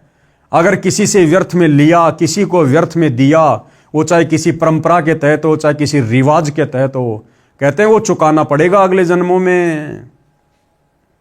अर्थात संत गरीबदास जी ने कहा कि आपने धर्मराय यानी परमात्मा का न्यायाधीश का महल न्यायालय नहीं देखा, जहां पर एक एक तिल यानी दाने दाने पैसे पैसे का लेखा यानी अकाउंट होता है। एक कथा जो सब शंकाओं का समाधान कर देगी। अब इसी विषय पर गुरुदेव भगवान हमें एक कथा सुना रहे हैं। एक लेवा एक देवा दूतम, कोई किसी का पिता न पूतम। इस संसार में कोई किसी का बाप बना हुआ है, कोई किसी का बेटा बनकर जन्म रहा है, कोई किसी की माँ है, कोई किसी की बेटी है। यानी आपस में हम जितने भी रिश्ते नातों में बंधे हुए हैं, ये क्या है भाई और बहनों? ये हमारे पूर्व जन्मों के संस्कार हैं। ये संस्कार क्यों बने, कैसे बने? इसी प्रकार एक दूसरे से लेने देने के चक्कर में बने। किसी का हमने खा लिया, किसी ने हमारा खा लिया, और ये सोचकर निश्चिंत बैठे थे कि बस कुछ नहीं होगा। लेकिन तुमने उस दरगाह का महल नहीं देखा, धर्मराय के तिल तिल का लेखा। वो पिछले जन्म का चढ़ाया हुआ ऋण आज वर्तमान में हम एक दूसरे के रिश्तेदार बनकर हम उसको पूरा करने में लगे हुए हैं। हमने जिसका पूर्व जन्मों में हड़पा था, खाया था, लेकर दिया नहीं, आज हम उसका चुका रहे हैं। आज वो दामाद बनकर लेकर जा रहा है, दहेज लेकर जा रहा है, साथ में बेटी लेकर जा रहा है। और जिसने हमारा पिछले जन्म में खाया था, आज वो हमारा ससुर बनकर बेटी भी देगा और धन भी देगा। तो क्यों ना हम इन संस्कारों को ही खत्म कर दें। अगर हम वर्तमान में कोई लेन देन इस प्रकार का करेंगे नहीं जो हमारे ऊपर ऋण का कारण बने, तो अगले जन्मों में फिर हम चुकाएंगे किसका? और तभी हम भक्ति करके यहां से मुक्त हो सकते हैं। तो इस विषय पर गुरुदेव भगवान एक कथा सुना रहे हैं। एक लेवा एक देवा दूतम, कोई किसी का पिता न पूतम। एक किसान के घर एक पुत्र उत्पन्न हुआ। पुत्र 8 वर्ष का हुआ तो पत्नी की मृत्यु हो गई। किसान के पास 16 एकड़ जमीन थी। कुछ वर्ष के बाद किसान ने दूसरी शादी की। उस पत्नी से भी एक पुत्र उत्पन्न हुआ। कुछ वर्ष पश्चात उस पत्नी की भी मृत्यु हो गई। किसान का प्रथम पत्नी वाला पुत्र 16 वर्ष का हुआ, उसका विवाह कर दिया। किसान की भी मृत्यु हो गई। इस कथा को समझने के लिए शुरू से थोड़ा ध्यान से समझना होगा। एक किसान था और उसको एक पुत्र उत्पन्न हुआ। जब उसका बेटा 8 साल का हुआ तो उस किसान की पत्नी की मृत्यु हो गई। किसान ने अपने छोटे बेटे के लालन पालन के लिए दूसरी शादी कर ली। दूसरी औरत से भी एक लड़का उत्पन्न हुआ और वो दूसरी औरत भी मर गई। यानी उस परिवार में बच गया किसान और किसान के 2 बेटे, जो कि किसान की दोनों पत्नियों से पैदा थे। बड़ा बेटा 16 साल का हुआ तो उसकी शादी कर दी गई। जब बड़े बेटी की शादी हुई तो किसान की भी मृत्यु हो गई। यानी अब उस परिवार में कौन बच गया? वो किसान का बड़ा बेटा, उसकी पत्नी और किसान का छोटा बेटा। 3 सदस्य परिवार में रह गए। छोटा लड़का 10-12 वर्ष की आयु में रोगी हो गया। अब उस बड़े भाई का जो छोटा भाई था वो 10-12 साल का होते ही रोगी हो गया। कुछ दिन उपचार करवाया। फिर बड़े भाई यानी मौसी का बेटा ने तथा उसकी पत्नी ने विचार किया कि उपचार पर क्यों खर्च किया, यदि मर गया तो इसके हिस्से के 8 एकड़ जमीन अपने पास रह जाएंगे। जब वो छोटा भाई ज्यादा बीमार रहने लगा, खर्चा ज्यादा होने लगा, तो उसके बड़े भाई ने और उसकी पत्नी ने मिलकर एक सलाह की कि क्यों हम इसके इलाज पर इतना ज्यादा खर्च करें। अगर ये मर जाए तो एक तो इलाज का खर्चा बच जाएगा और दूसरा इसके हिस्से में जो 8 एकड़ जमीन आनी है वो भी हमारे हिस्से में आ जाएगी।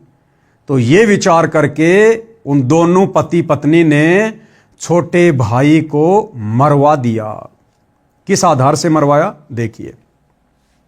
यह विचार करके पड़ोस के गांव से जो वैद्य यानी डॉक्टर उपचार के लिए आता था, उससे कहा कि इस लड़के को औषधि में यानी दवा में जहर मिलाकर दे दो, हम आपको धन दे देंगे। 500 रुपए के लालच में उस डॉक्टर ने उस लड़के को दवा में जहर खिलाकर मार दिया। गांव वालों को बताया गया कि रोग के कारण मृत्यु हो गई, यानी गांव में भी किसी को शंका नहीं हुई कि भाई लड़का बहुत ज्यादा बीमार था, हो सकता है मर गया होगा। किसी को शंका नहीं हुई। बच्चे की मृत्यु रोग के कारण हुई मान ली। उस मौसी के बेटे की मृत्यु के 1 वर्ष पश्चात बड़े भाई को पुत्र प्राप्त हुआ। अब जैसे ही वो छोटा भाई मर गया, उसको मरवा दिया गया, उसकी मृत्यु के 1 साल बाद उसका जो बड़ा भाई था और उसकी भाभी थी, उनको एक बेटा उत्पन्न हुआ। अब ध्यान देना भाई और बहनों, हम कैसे आपस में ऋण संबंधों में फंसे पड़े हैं। यहां कोई किसी का भाई नहीं, कोई किसी का बेटा नहीं, कोई किसी का बाप नहीं। पिछले जन्म का लेन देन पूरा करने के लिए आपस में हम जुड़े हुए हैं, और अंत में मरने के बाद सब अपने अपने रास्ते चले जाएंगे। ना बेटा बाप के साथ जाएगा, ना मां बेटी के साथ जाएगी। तो वो जब उसका छोटा भाई मर गया, जिसको मरवा दिया गया था जहर देकर, उसके मरने के 1 साल बाद में उसके बड़े भाई को एक लड़का उत्पन्न हुआ। उस मौसी के बेटे की मृत्यु के 1 साल बाद बड़े भाई को पुत्र प्राप्त हुआ। खुशी का ठिकाना नहीं रहा। बच्चे के जन्म की खुशी में जिमणवार लंगर किया, पूरे गांव में मिठाई बांटी गई। उसके पश्चात कोई संतान नहीं हुई। इकलौते पुत्र को प्रेम से पाला, अच्छा घी दूध दही खिला पिलाकर हष्ट पुष्ट कर दिया। 16 वर्ष की आयु में विवाह कर दिया गया। उस समय बाल विवाह को गर्व की बात माना जाता था। वो लड़का रोगी हो गया। डॉक्टर पर डॉक्टर बुलाए, महंगे से महंगी औषधि खिलाई, परंतु व्यर्थ रहा। उस समय 1 महीने में 1-1 हजार की दवा खिलाई गई। हीरा तथा मोती भस्म भी औषधि में खिलाकर लड़के को खिलाया गया, जिस कारण से 8 एकड़ जमीन भी बेचनी पड़ी। जिस 8 एकड़ जमीन के चक्कर में उस बड़े भाई ने छोटे भाई को मरवा दिया था, अपने बेटे के इलाज पर वो 8 एकड़ जमीन भी बेचनी पड़ गई। और भाइयों और बहनों, वो लड़का कौन था जो उस घर में पैदा हुआ था? वो उसका वही भाई था जो उन्होंने जहर देकर मरवा दिया गया था। वो अपना बदला लेने के लिए फिर से वापस उसी घर में उसके बेटे के रूप में जन्मा, जिस कारण से 8 एकड़ जमीन भी बेचनी पड़ी। परंतु रोग घटने की बजाय बढ़ता ही चला गया और अंतिम दिन आ गया। लड़के का पिता चिंतित अवस्था में पुत्र के पास बैठा था। उसी समय लड़का बोला, भाई साहब। उसका बेटा अपने बाप को क्या कहता कि भाई साहब। अब वो बाप ने सोचा कि बेटा बहुत ज्यादा रोगी हो गया, दिमाग से डिस्टर्ब हो गया, लगता है पागल हो गया, मुझे पहचान भी नहीं रहा। अपने पिता को कह रहा है भाई साहब। तो बाप बोला, बेटा मैं तेरा भाई साहब नहीं हूं, मैं तेरा बाप हूं, तेरा पिता हूं। उसने कहा कि नहीं, मुझे अच्छे से पता है, तू इस जन्म में मेरा बाप है, लेकिन तू पिछले जन्म में मेरा भाई था, याद कर। लड़के का पिता चिंतित अवस्था में पुत्र के पास बैठा था। उसी समय लड़का बोला, भाई साहब एक काम करो। पिता ने कहा कि बेटा मैं तेरा पिता हूं। लड़का बोला कि मैं तेरा वो भाई हूं जिसको आपने जहर देकर मरवाया था। मैं ही अपना बदला लेने आपके बेटे के रूप में जन्मा हूं। एक लेवा एक देवा दूतम, कोई किसी का पिता नहीं पुतम। पति पत्नी के रिश्ते, माता पिता के रिश्ते, भाई बहन के रिश्ते, आपस में रिश्तेदार, हम सब पिछले जन्म में एक दूसरे का लेकर या किसी को देकर बैठे हुए हैं। इस जन्म में जो हम रिश्तों में जुड़े हैं एक दूसरे का पूरा करने के लिए। उस लड़के की माता जी भी वहीं विराजमान थी। लड़का बोला कि 8 एकड़ जमीन मेरे हिस्से की थी, वो मैंने वसूल कर ली कि तुमने मुझे जो मरवाया था ना जहर देकर 8 एकड़ जमीन के चक्कर में, देख इस जन्म में तेरा लड़का बनकर और रोगी होकर मैंने अपने इलाज पर मेरे हिस्से की 8 एकड़ जमीन बिकवा दी, मेरा हिस्सा मैंने पूरा करवा दिया। अब केवल कफन तथा लकड़ियों का हिसाब शेष है, यानी अब मेरी मरने की तैयारी है, कफन का और लकड़ियों का हिसाब किताब और बाकी है, वो पूरा कर लो, उसकी तैयारी करो। ये बात सुनकर पिता और भाई का मुख फटा का फटा रह गया। अब ये बातें सुनकर वो तो हक्का बक्का रह गए कि भैया ये बात तो हमारे अलावा किसी को पता ही नहीं थी, इस बच्चे को कहां से पता चली। तो उनका भी पक्का यकीन हो गया कि ये तेरे घर में जो लड़के के रूप में जन्मा है ये तेरा वही भाई है। ये बात सुनकर पिता और भाई का मुख फटा का फटा रह गया। अपने किए पर दोनों पति पत्नी ने पश्चाताप किया। परमात्मा का विधान अटल है। कौन सा विधान? एक लेवा एक देवा दूतम, कोई किसी का पिता न पुतम, ऋण संबंध जुड़े सब नाता, अंत समय सब बारह बाटा। बड़े भाई ने पुत्र रूप में जन्मे छोटे भाई से प्रश्न किया कि हमने लालच में आकर जो पाप किया हमें तो परमात्मा ने फल दे दिया। क्या फल दे दिया? कि हमारे तो तू एक ही बेटा था, उसके बाद कोई संतान हुई नहीं, तो हमारा तो कोई खानदान कोई वंश चलाने वाला भी नहीं मिला, बुढ़ापे में हमारी कोई सेवा करने वाला भी नहीं बचा, तो हमें तो हमारे किए का फल मिल गया। अब भाइयों और बहनों, ये फल तो केवल यहां मिला। उस कर्म की जो मुख्य सजा है, जो बड़ा दंड है, वो तो शरीर छूटने के बाद धर्मराज के दरबार में नरक में डालकर मिलेगा। हमें तो परमात्मा ने फल दे दिया। जिस मकसद के लिए आपकी जान ली थी वह 8 एकड़ जमीन गई तथा अन्य संतान है नहीं, और ये शेष जमीन कोई और ही लेगा। हमारा तो नाश हुआ सो हुआ, ये तो होना ही चाहिए था। यानी उनको भी फिर दुख हुआ, पश्चाताप हुआ जो कर्म उन्होंने किया था।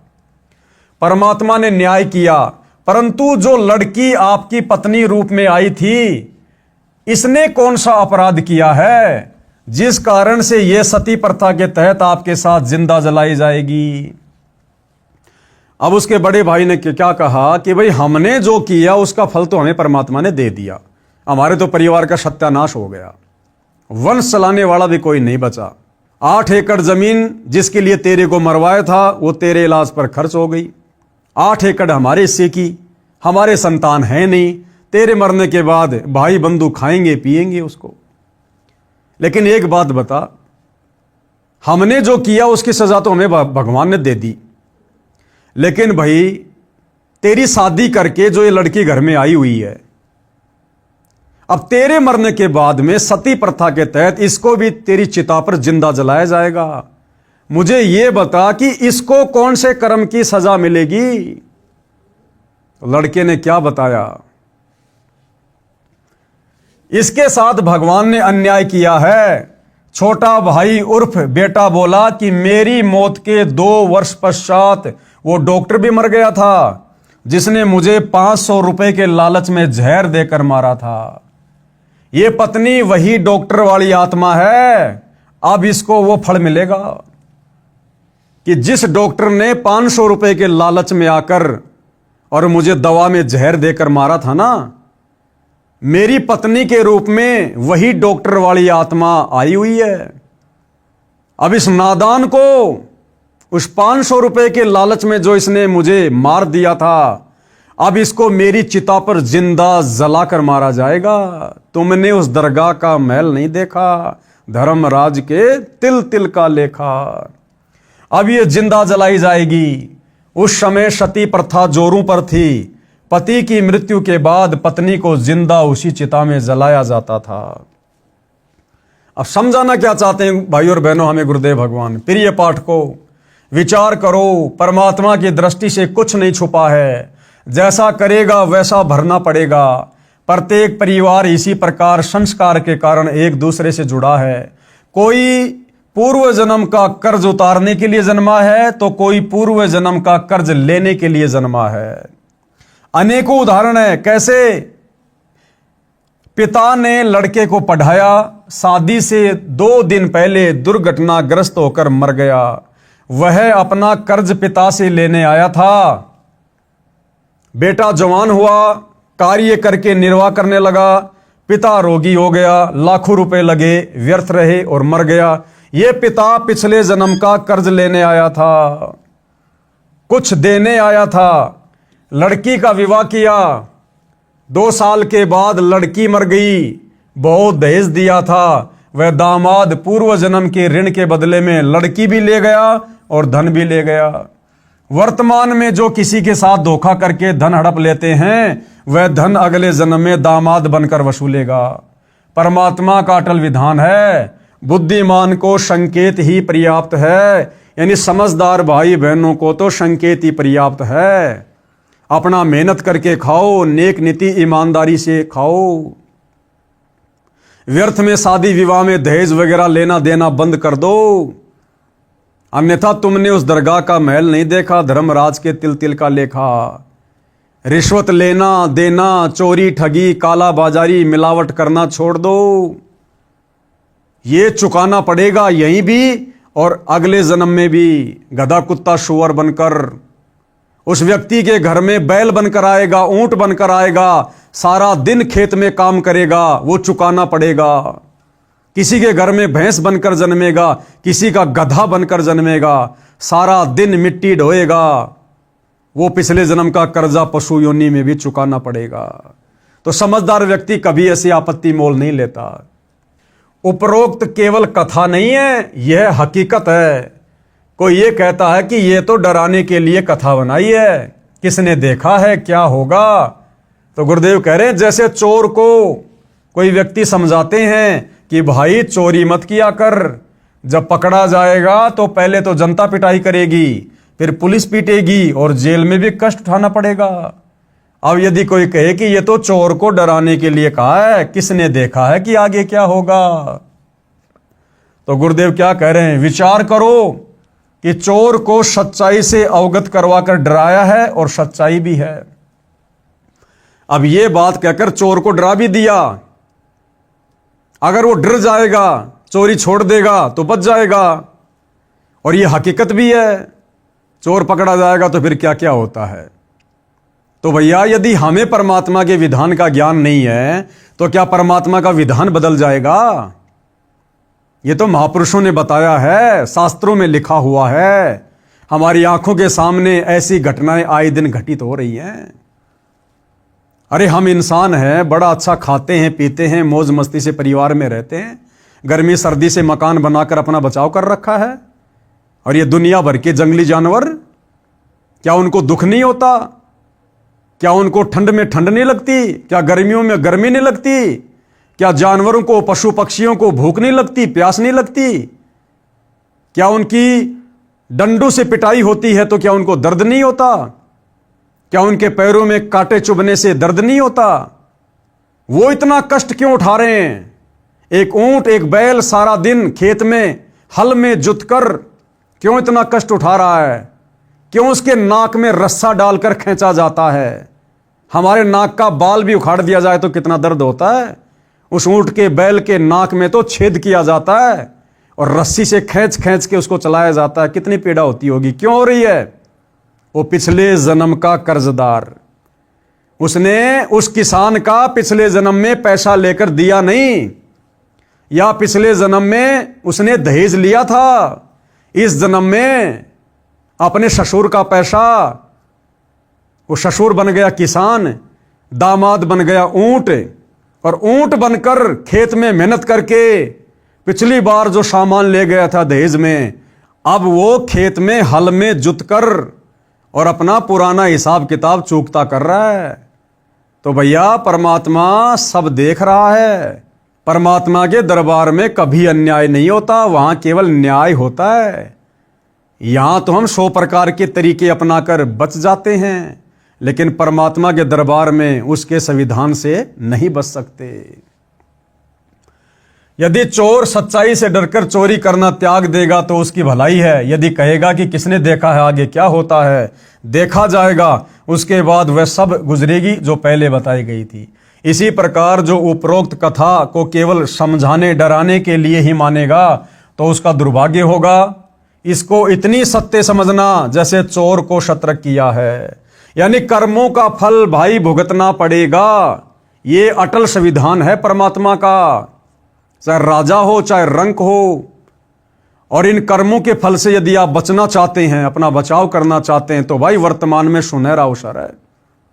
कर्मों को काटने वाला, बंधनों के कर्मों को काटने वाला बंदी छोड़ कबीर भगवान संत रामपाल जी के नाम से धरती पर प्रकट है। हमारे आपस के जन्म जन्मांतरों के कर्म, ऋण संस्कार चाहे कितने ही उलझे हुए क्यों ना हो, जिनके चलते हम असंख्य बार गधे कुत्ते बनने होंगे, आज यदि हम सतगुरु रामपाल जी की शरण में आकर मर्यादा में रहकर सत भक्ति शुरू कर देते हैं, तो सतगुरु रामपाल जी अपनी आध्यात्मिक शक्ति से, अपने आशीर्वाद से हमारे जन्म जन्मांतरों के कर्म संस्कारों को, ऋण संबंधों को समाप्त कर देते हैं। और इसी जन्म में हमारे को मोक्ष भी देंगे। दोबारा ना इस गंदे लोक में हमारा जन्म होगा, ना हम कभी गधे कुत्ते सुअर बनेंगे, सचखंड को जाएंगे, मोक्ष प्राप्त करेंगे। और इसके अलावा कोई बचाव नहीं है, कोई विकल्प नहीं है। लेखक ने यह कथा सन 1978 में एक पशुओं के डॉक्टर से सुनी थी, जो किसान के 2 पुत्रों वाली कथा ऊपर बताई है। वह इस कथा को अपने पास बैठने वाले को अवश्य सुनाता था, परंतु अमल कतई नहीं करता था। 10 रुपए की दवाई देकर 4 डिस्टिल्ड वाटर के इंजेक्शन लगाकर 200-300 रुपए वसूलता था।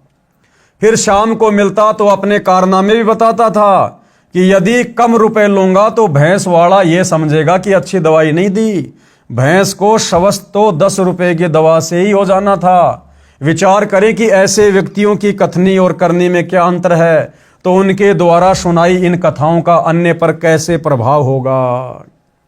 अर्थात ये कथा सुनाने का अधिकारी वही है जो खुद इन कथाओं पर अमल करता हो, इन कथाओं को समझकर अपने जीवन सफर पर चलता हो। ऐसे व्यक्ति के मुख से सुनकर ही सामने वाले पर असर होगा। यानी मैं सारे काम उल्टे करूं और आपको यह कथा सुनाऊं भगत बनाने वाली, तो मेरे द्वारा बताई गई, समझाई गई कथाओं का, कहानियों का सामने वाले पर किसी प्रकार का कोई असर नहीं होगा। इसलिए वो खुद भी फिर परमात्मा का दोषी बन जाता है, जो इन कथाओं को सुनाता है लेकिन खुद अमल नहीं करता। तो परमात्मा कहते हैं, गरीब करनी तज कथनी कथय, अज्ञानी दिन रात कुत्ते जू भौंकत फिरै, सुनी सुनाई बात। ऐसे व्यक्ति तो कुत्ते की श्रेणी में हैं, जो केवल मुख से बोलते हैं लेकिन करनी उसके अनुसार नहीं करते। तो कहते हैं वो तो कुत्ते की जू सारा दिन भौंकते फिरते हैं। संत गरीबदास जी ने कहा है कि जो ज्ञान की बातों के अनुसार क्रिया नहीं करते, जो अन्य को सुनाते हैं, वे अज्ञानी व्यर्थ में कुत्ते की तरह सुनी सुनाई बातें बकते रहते हैं। ये बातें कहन सुनन की नहीं है, यानी ये कथा केवल सुनाने तक सीमित नहीं है, इन कथाओं पर हमने अमल भी करना है। ये तो कर पाड़ने की हैं, यानी अपने जीवन में लागू करने की हैं, धारण करने की हैं, यानी इन पर अमल करना चाहिए। परमात्मा के विधान को समझकर निर्मल जीवन यापन करें, ना किसी को खिलाएं ना किसी का खाएं। हाँ, आपत्ति में किसी की मदद करना कोई बुरी बात नहीं है, लेकिन धोखाधड़ी करके किसी का रुपया हम ना हड़पें ना खाएं। जीवन की राह को काटू रहित बनाएं, परंपराओं का भार कम करो, बोझा लादकर सफर तय नहीं किया जा सकता। यदि आपको 10, 20, 50 किलोमीटर लंबी यात्रा करनी है पैदल, और यदि आपकी पीठ पर वजन बहुत ज्यादा है, तो आप जी कभी भी सफर तय नहीं कर पाओगे, बहुत दुखी हो जाओगे। लंबी यात्रा करने वाला कम से कम सामान रखता है। तो भाई और बहनों, आप और हमारी यात्रा तो 16 शंख कोश की है। 16 शंख कोश हमने सतलोक जाना है, बहुत लंबा सफर है।